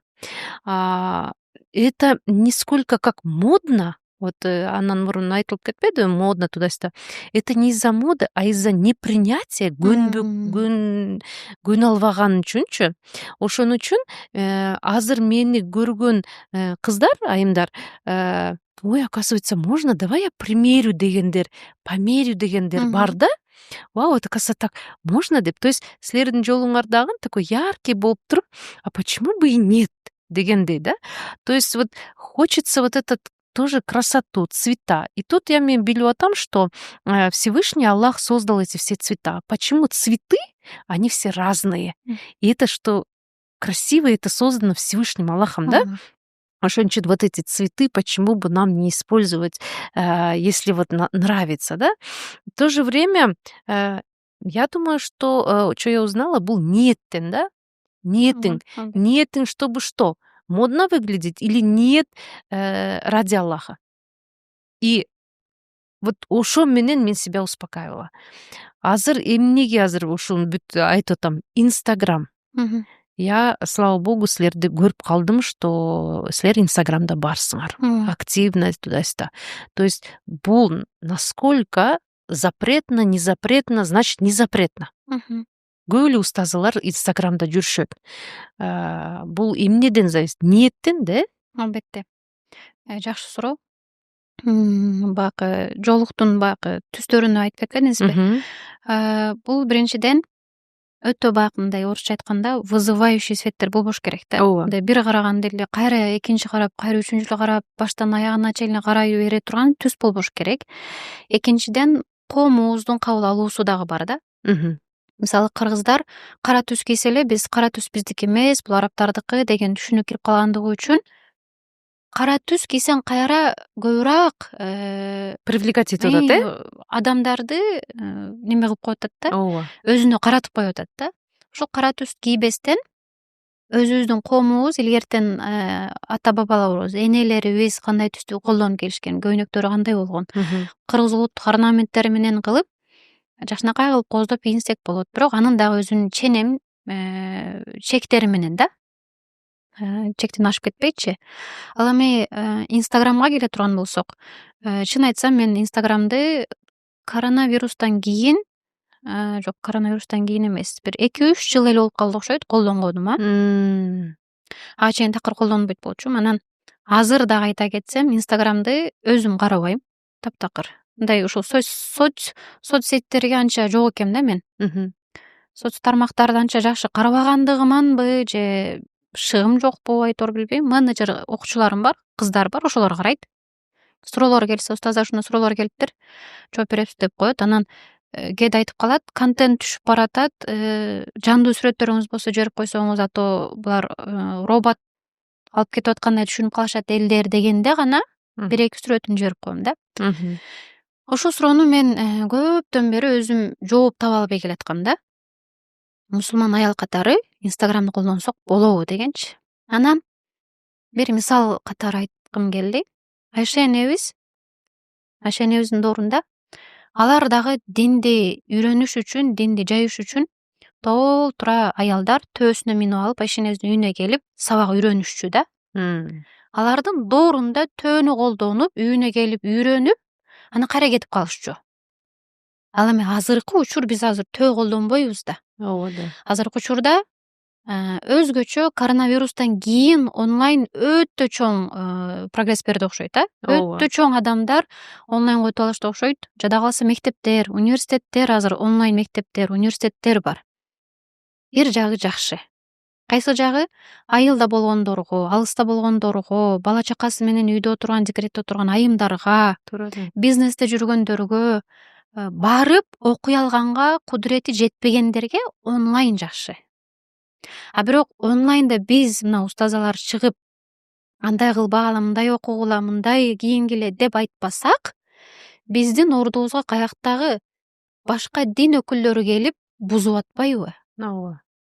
Каякта батыштын модалары келип силер мындай кийинишиңер керек, ислам динине мындай кийинсеңер деле боло берет деп бузуп аткандар толтура болуп атпайбы?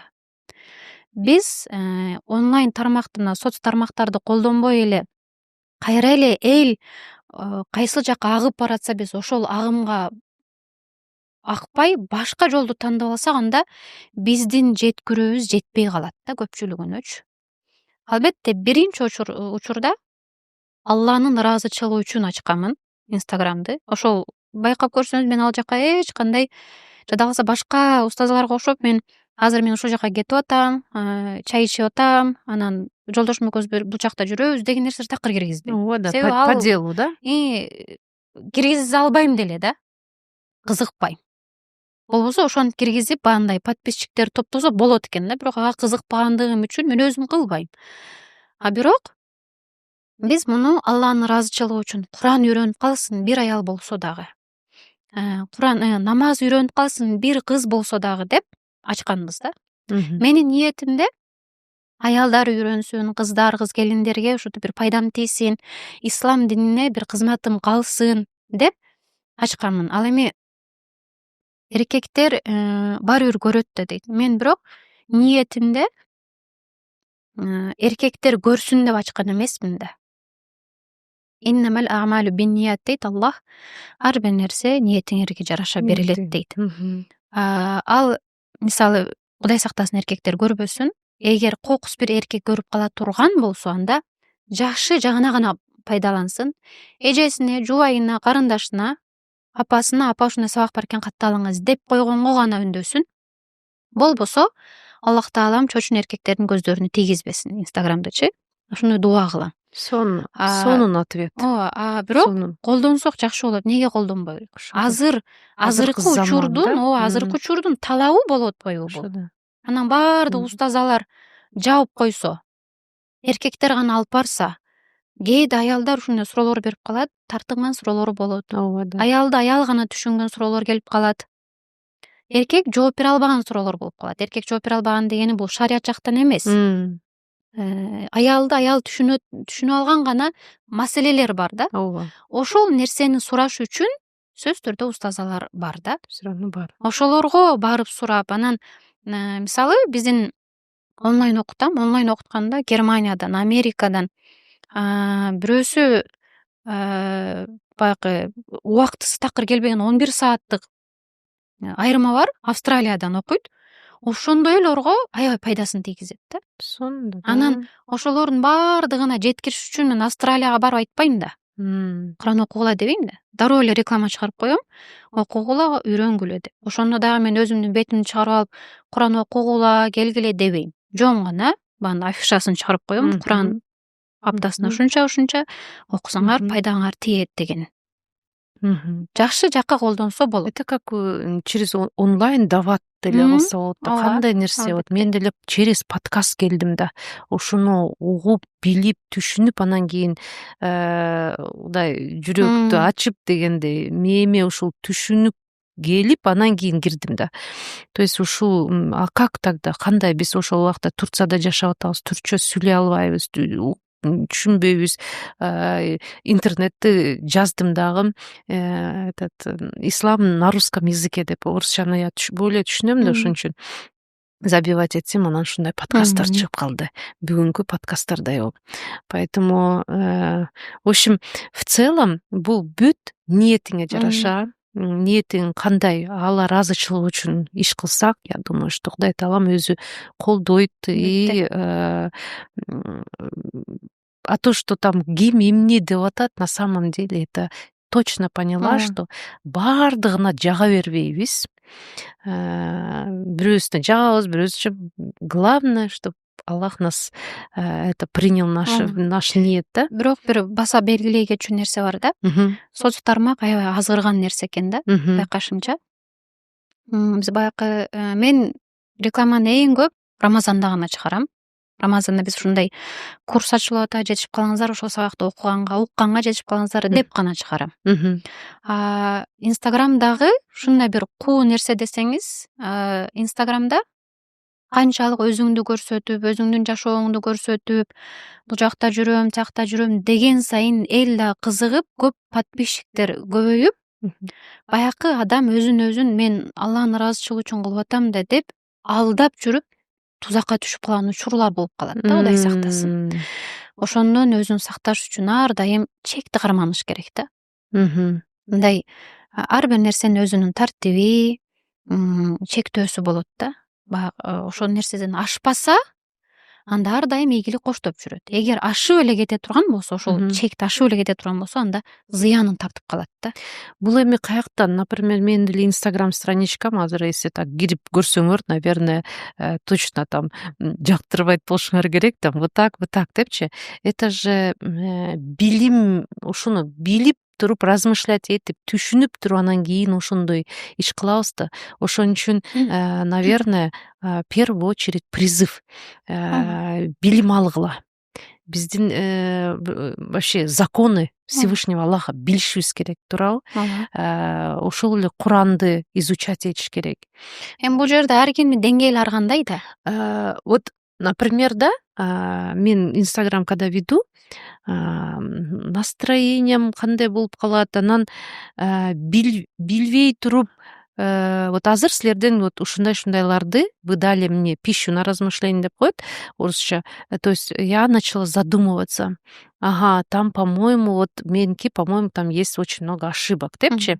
То есть это от чего? То есть это от знания и незнания. Ниетим у меня не было там как-то там подписчиков, да, а нет, наверное, был просто как-то вот, все ведут, ушундай неме алып туруп, и что-то так, ладно деген вариант, да.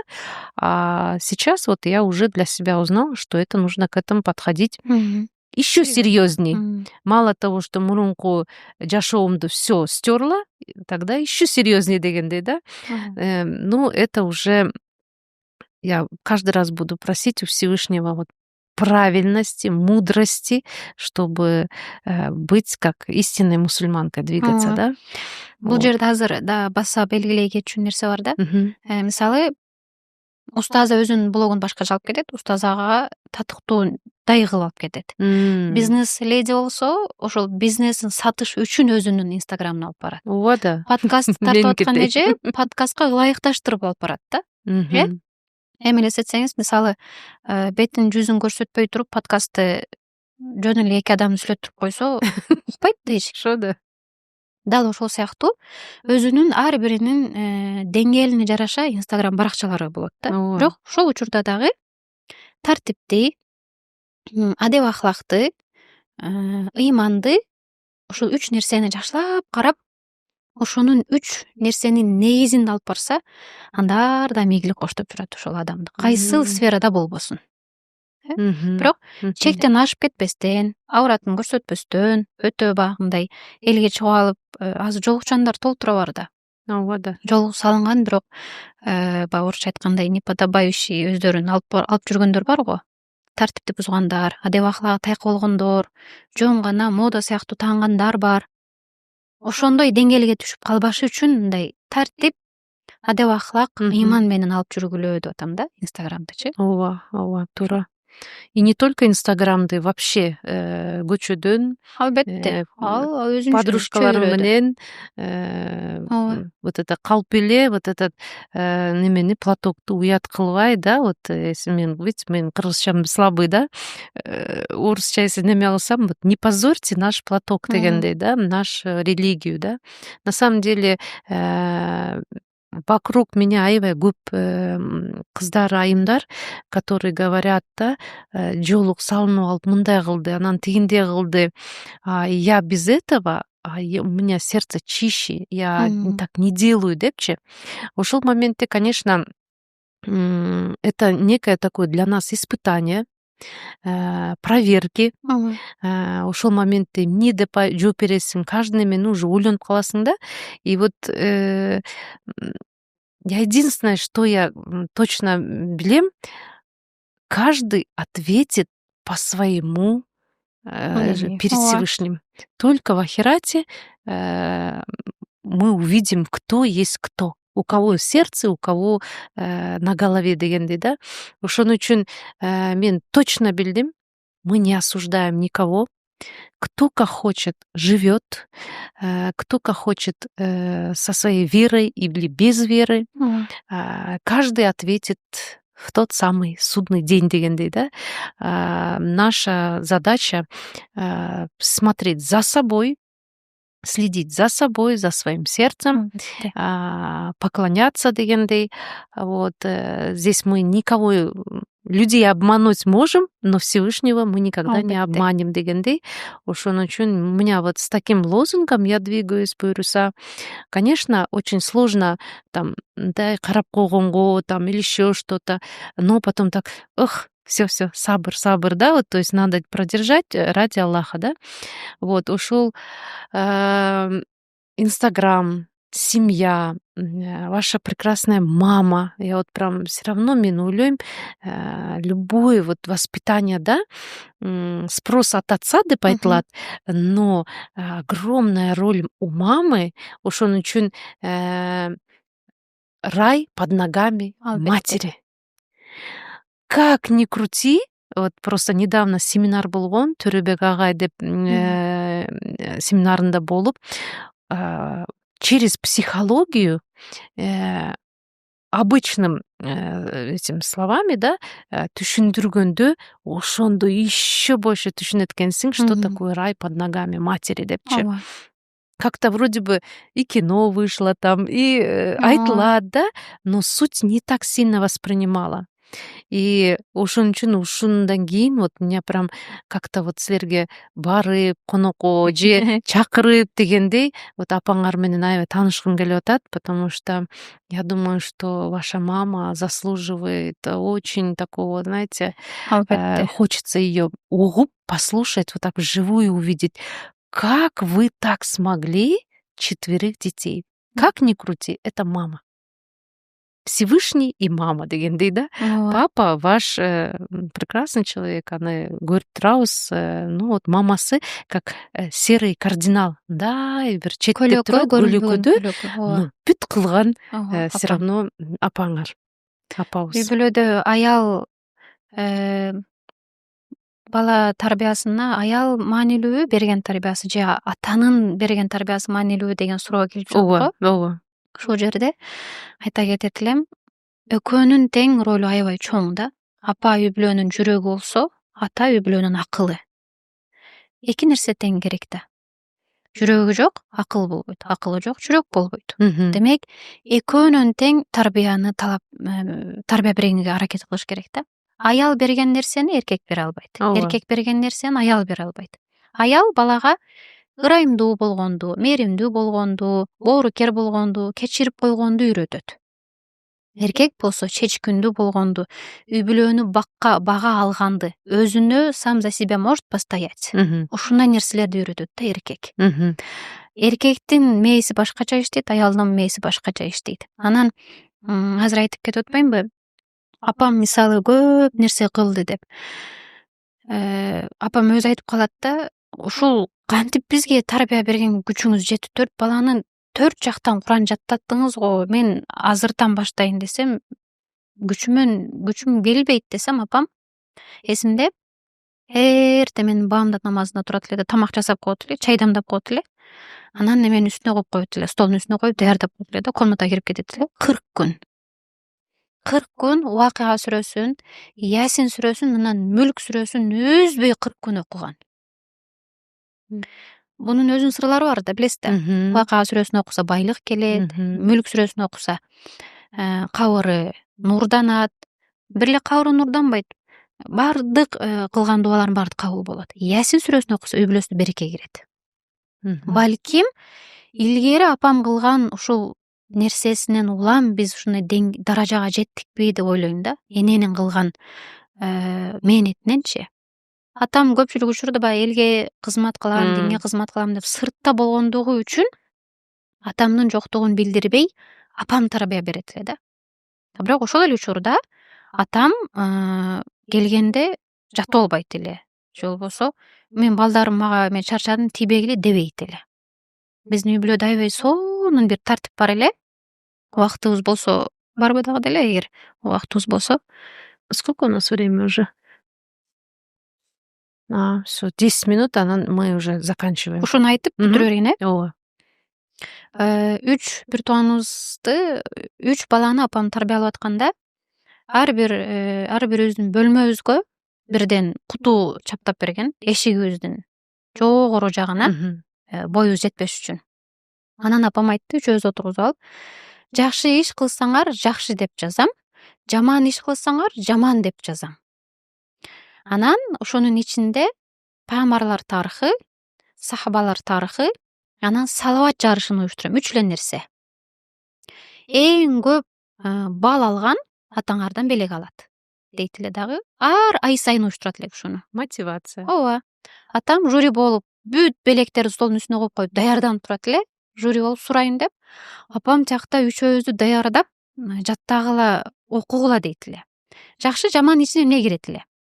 Эртең менен турганда төшөктү за собой убрать, жакшы деп жазам. Жөн эле. Элементардуу эле нерсе, тарбияны үйрөтүп атат. Тишибизди жууп, дарат алсак, жакшы деп жазам. Эжем менен же иним менен урушуп кете турган болсом, жаман деп жазам. Мектептен келип эле сумканы ыргытып тебирсем, жаман деп жазам. Кичине баланы мыкты тарбиялаш үчүн колдонгон ыкма болчу да апамынчы. Ошол учурда кылган ыкмасы. Сөз менен айтсаң, эч ким укпайт аны, кылбайт. Өзү кылса, жүрүм туруму менен өзү кылса ошону кылат да. Айдын аягында анан күндү уктап атканыбызда үчөөбүздү жаткызып алат эле дагы сахабалардын өмүр баянын айтып берет эле бизге. Эң кичинемде эсимде Албара ибн Малик деген сахаба бар эле. Өтө арык, кичинекей болгондуктан шамал болгондо учуп кетчү экен да. Ушунчалык арык экен эле. Бирок Албара ибн Малик ал ким болгон десе, Албара ибн Малик Византияны мусулмандардын колуна алып берген эң чоң мусулман баатыры болгон. Апарык болуп. Ооба. Ал Албара ибн Малик неден эсинде калып калды десе, кичинекей сахаба чукурду казып, ошо чукурдан кирип, Византиянын Рим империясынын мусулмандардын колуна алып берип атканда, не деген нечен кылымдар турду Рим империясы. Ооба да. Ооба. Бирок Албара ибн Малик эң арык кичинекей сахаба кирди дагы, ямадан чукурдан кирип, эшикти ачам деп атканда, чынжырларды майга ысытып, мусулмандар колу менен кармап ачып албасын деп майга ысытып койгон экен да. Ал эми Албара ибн Малик ошого карабастан колу менен кармап эшикти ачкандагы мусулмандар жеңишке жетип, Византия колго алган. Бирок өзүнүн колунан шылынып калганда, этти сөгүнө түшүп калган. Апам кичинекей кезибизде мусулмандардын баатырын айтып берет эле бизге. Каяктагы биз баягы Спайдермен, Бэтмен дагы кимдер бар? Алар такы тааныбайт элек да. Биздин өзүбүздүн жашообуз, өзүбүздүн башка бир дүйнөбүз бар эле.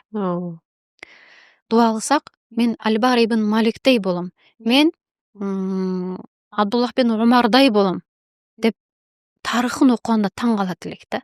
Апам бизге күндө уктап атканыбызда ушуларды айтып берет эле. Анан салават жарыш болот эле. Айдын аягында атам отуруп алып үчөөбүздү сурайт эле. Мындай сахаба ким эле десе, биз колубуз көтөрүп, ушул сахаба.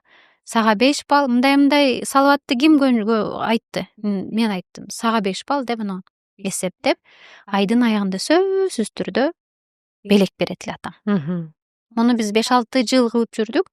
Качан гана уже подсознание келгенде, кыздарым, балдарым, силерди мен кичинекей кезиңерде жакшы анан жаман деп үйрөттүм. Ар дайым эле мен силердин артыңардан жакшы жаманыңарды жазып жүрө бербеймин. Бирок ар дайым силердин артыңардан жазып жүргөн Аллах бар, көзөмөлдөп турган. Ошодон корккула. Бул силерди ошого даярдандык кылдым. Жакшы иш кылсаңар, атаңар берген белектен дагы көп эселеп белек аласыңар бейиште Аллахтын өзүнөн.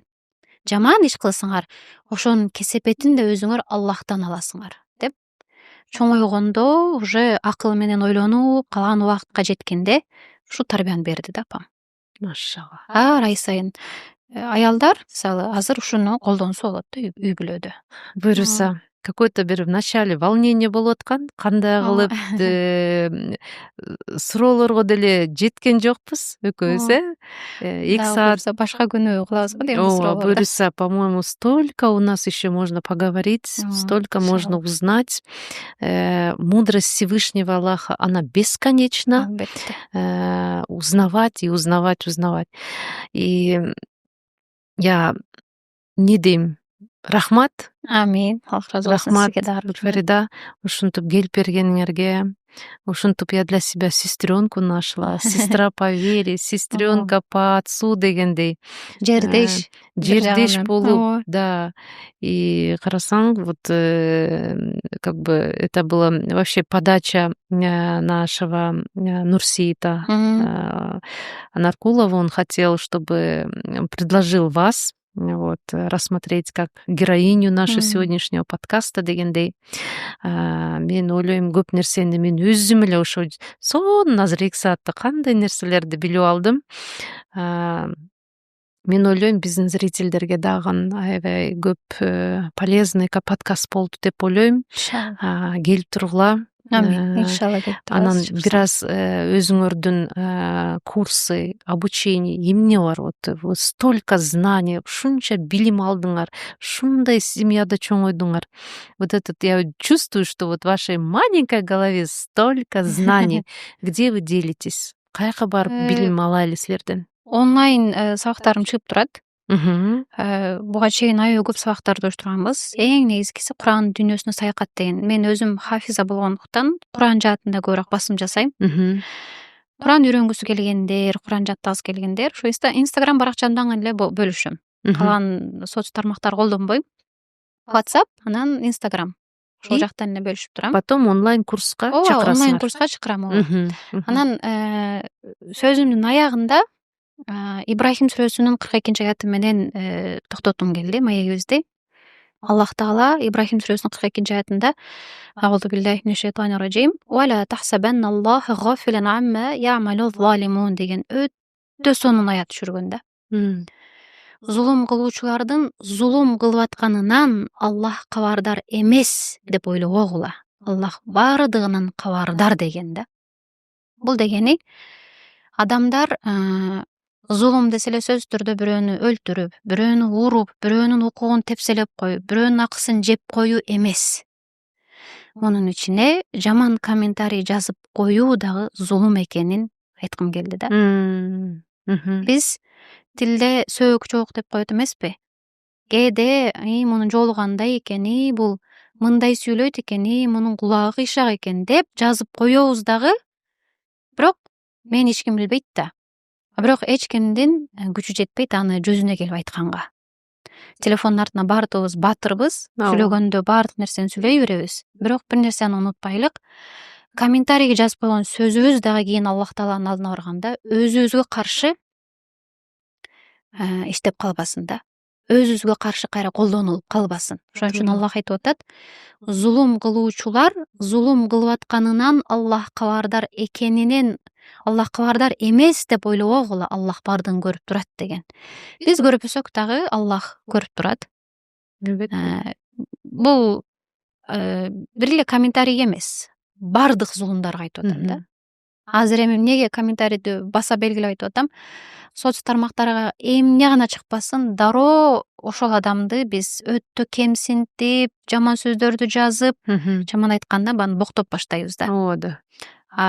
Мунун кесепети, бирок сөзсүз түрдө жооп беребиз. Жооп берилет. Эртели кеч. Ошон үчүн денебиз менен, колубуз менен, оюбуз менен, тилибиз менен болсо дагы эч кимге зыян кылбаган, бир гана Алланын ыраазычылыгына умтула турган ибадаттар менен алек болсок, ошондо гана ийгиликке жетишебиз иншалла. Иншалла. Ички дүйнөбүз дагы, руханий дүйнөбүз дагы ачка калбай, ар дайым Аллахты эстеген пенделеринин катарына кошот иншалла. Аллах ыраазы болсун чакырыгыңызга. Рахмат. Силерге дагы Алла ыраазы болсун. Анда бүгүн бүтүрөлү. Дагы эле вопростор бар, бирок болсо 10 болуп кетти саат. Ассаламу алейкум, рахматуллахи ва баракатуху.